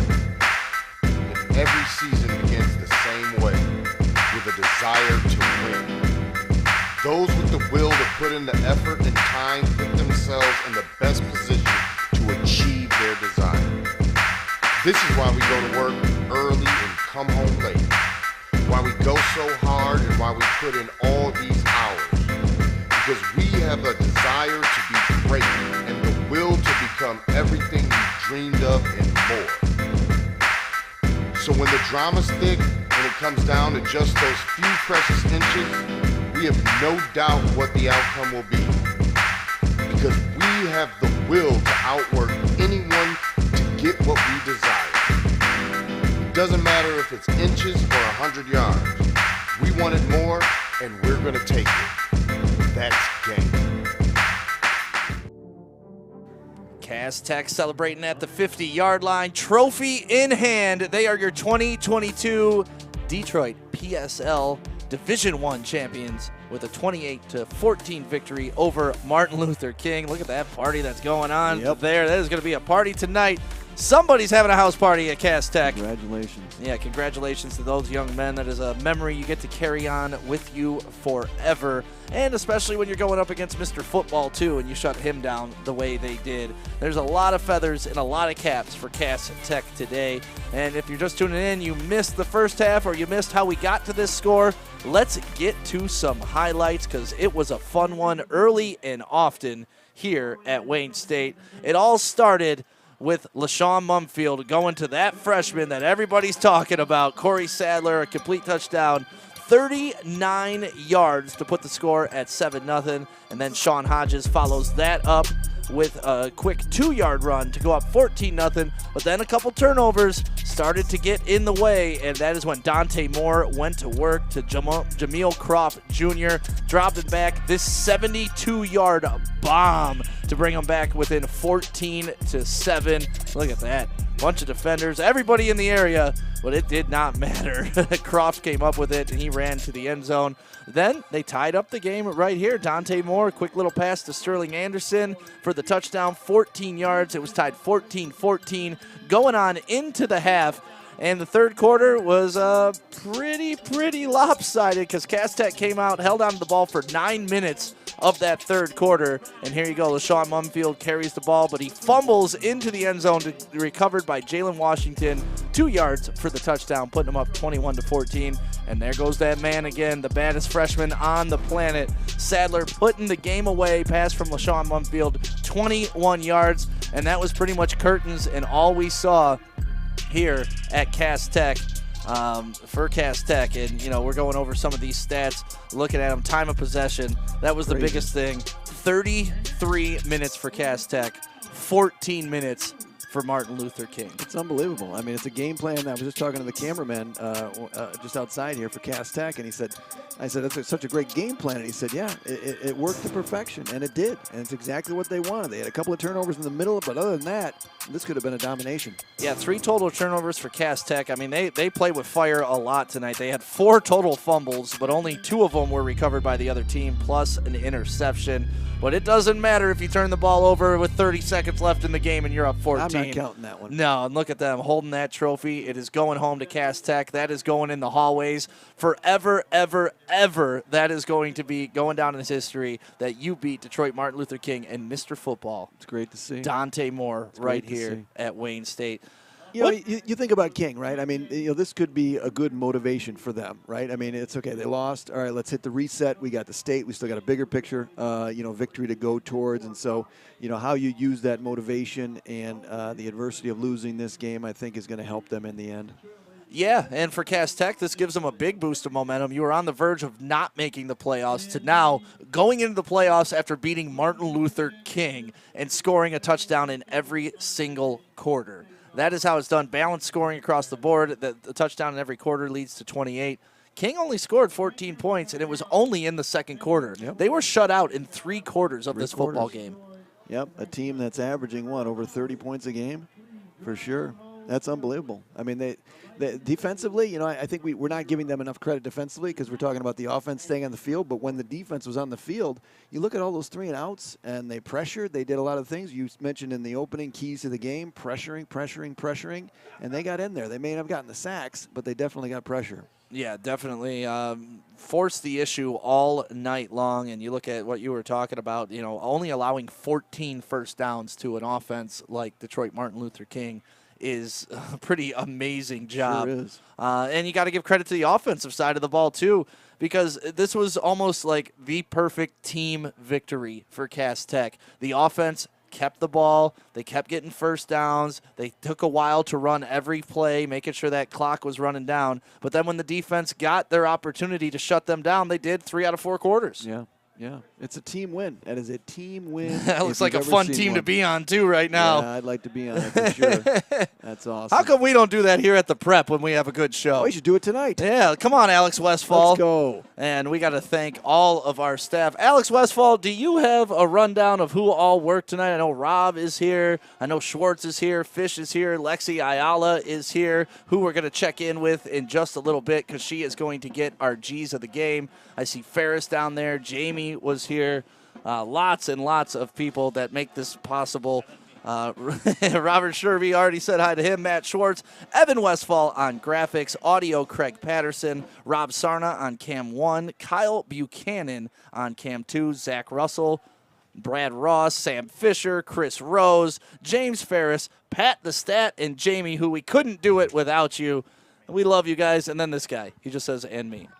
We'll go with that. Raise the roof. They're raising the roof in there. Raise the roof. It's going to be tough for Lexi to get in there and pull out the G's of the game. They're too busy celebrating right now. The Commandeer, get in there. Come on, they get hats. They got to have prep hats. They got to start throwing some gear around out there. Yeah, we got Big Ferris down there. He could get in there. Oh, for sure. But no, let these kids celebrate. Let them have their moment because, like we talked about, these are the moments that you're never going to forget. And thank you to everybody who's been watching all night long on the Prep YouTube. You guys have been a lot of fun in the chats. Hopefully, one of your score predictions came true, and thank you to everybody who stuck around too after the Central versus Southeastern game. That was a great game as well. too. It's been a great night. It really has. I mean, the city of Detroit, being able to see the skyline, look at the moon out there right in front of us. I mean, it's just a great scene. High school football in Detroit has a rich, rich tradition, and to be able to be a part of it, I feel very blessed. Some of you don't know me. I'm Lax Losi, and so lacrosse has been my my sport here in the broadcasting, and to be able to come out, Stick, I appreciate you sharing the booth with me and doing some football games, and it was just a blast, and to be able to be in the city of Detroit makes it even that much more enjoyable. Yeah, it's been a pleasure to call this game with you. Anytime we get a chance to call a Cass King game, I definitely want to be there. I'm in. And this was a fun night for all of us. Team's starting to break up a little bit right now. Lexi is down there searching. We're following her through the crowd because we got to get these hats to these young men. I see her. She's got it. Sadler needs to get a hat. And Sadler and Mumfield. Yeah. Good call. You think Mumfield's the other one? I was thinking Jalen Thompson may grab one too. I'm only saying that because I can see him right there in the middle of the field down there on the 35. You can't go wrong. You could hand it to several people on the team, but as long as you're including Corey Sadler in this, somebody. You got it right. She's got it. She's ready to go, boys. All right, Lexi, let's talk to the G's of the game, brought to you by G-Brand. She's got 3. 3 G's. All right, we have a bunch of G's of the game right here. I'm Lexi Ayala. We got Corey Sadler. You get a G-Brand G of the game. Another one for Jalen Thompson, and one for LaShawn Mumfield. All right, these are the guys right here. They got it done. This was a championship game. Tell me the emotions that were on the line for this one. Deep. Hey, we had to get our get back. We lost the first one. We had to come back strong. I told guys at halftime we got 24 minutes left. 24 minutes left, leave everything on the field, man. That's what we did, and that's why we won this game, because we wanted it more. Dang right, and over here we got the QB. You led the offense, and a methodical offense that took its time and didn't let them get the ball back on King's end. So how did you do that and have that patience? Just trusting. You got to trust in everybody on that field. I'm the quarterback. I have to trust in everybody on that field. And I give my props to the O-line. I give my props to everybody out there. I don't make this happen. They do. I'm just a point guard. I give them the ball, they score. So it's just trust. And we did it all day in practice. We succeeded all day in practice. We said if we get adversity, we're going to respond. Don't hold your head down. We get adversity, we're going to respond. And that's what we did. Absolutely. Jalen, one of the guys on the O-line and the D-line. So tell me about your role and how you make it happen on both ends. Really, man, from the start of it, being part of Cass Tech is, got to be a team player. And, man, I'm doing whatever for my team to help out. You know what I'm saying? I got some of what I need. I'm just here to help out for the rest of my teammates. And Corey, just a freshman. It's insane. Freshman phenom, absolutely. How do you find those gaps? How do you get it done? First, I want to say thank you to my teammates, my linemen, my O-line blocking for me, my receivers blocking for me when I get the ball. You know, it's just not me. You know what I'm saying? We got a good organization, we got a good team, and we play hard and we play together, you know, and we're just not getting started. We still want that state. We still want that Division I state championship, so we just not getting started. But, you know, hey, I just want to give props to coaches, man, God, you know, my teammates for, hey, coming out here and doing this. This is a big game for us. This is a big game for us, so we did it, and we did our thing, and I appreciate them. Absolutely. And LaShawn, you had to win this game in order to make playoffs. So what does this game mean? It's not just a championship game. It's not. It's way bigger than football, actually. It's for my career. You know, this is the last time I played King, and I went out with a bang, and we beat King. So I'm very happy. Very crucial game, very key game for us to get in the playoffs. And all you have to do is keep rolling. Keep rolling, keep rolling, keep rolling. Same mindset in practice every single day, and that's what we're going to do. Absolutely. Last one for you, Jalen.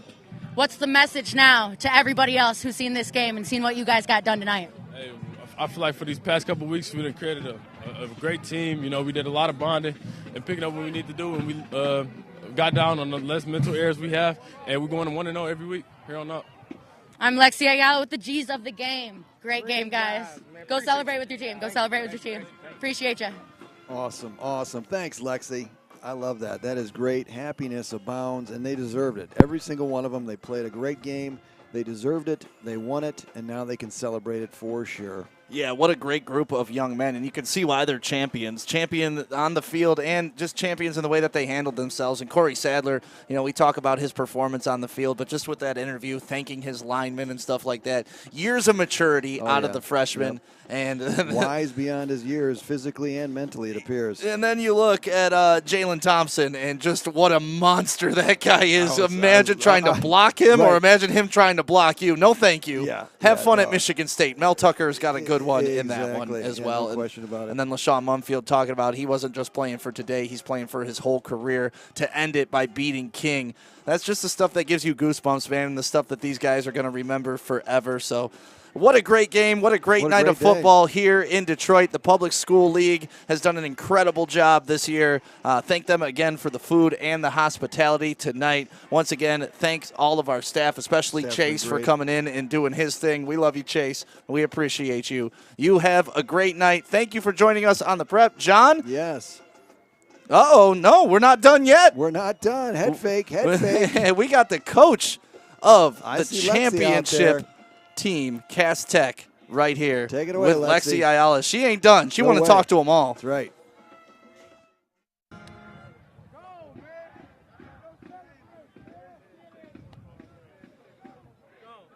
Coach, a lot on the line for this one. It wasn't just a championship game, but it was to make it into the playoffs. How were you able to control the emotions on this one? This was easy. Last game, we gave it away. Beginning of the season, we've been giving stuff away. I told the kids we're not a 501(c) no more. We're not in the giving season. Sunday, we typically do a walkthrough, watch film. We made a decision early last week. We were being physical. We put full pads on Sunday and went at it. Went at it on Monday. Went at it on Tuesday. Honestly, it was written on Sunday based on what I saw that we was coming out here to kick ass. And we put foot to ass today. Absolutely. And rushing, you absolutely had the offensive control. It was a methodical approach where you were able to have the possession a majority of the game. Was that your game plan in order to get this one done? Well, we knew last time we were more physical to them. That's the one thing I left the team when we left the field. I told them you didn't win this game because I saw what we won. We out-physical them. And honestly, most games you're going to win when you're more physical. And we did it again today. I saw in the first quarter when we got things moving that they didn't want it. And I so much appreciate my kids. They deserve this. They bought into our culture with blue collar. We work for everything. And again, Cass runs the city. And Coach Thompson, Mumfield, Sadler, they were our G's of the game, players of the game. Talk to me about them and their impact. Well, they're studs. They're studs. And I really like to shine on my class of 23. They've been through so much with the pandemic. This is their first time since halfway through their freshman season that they're actually in school. We hadn't been together for 3 years all together every day. We are now. So I think the state needs to be on notice that Cass Tech is ready to do what we do. Coach, last thing for you. What are you most proud of tonight? The kids buying in, kids sacrificing. We had kids trying to push back against the process. And we told them in this game, just like a family, you got to work together to have success. So it's beautiful to watch them buy in, and have the success they deserve. I had great young men and women. We have women in our program, too. We have great student athletes in our program, and I think they displayed that today. Great job, Coach. I would shake your hand, but like you said, it's broken. So go celebrate with your team. I appreciate it.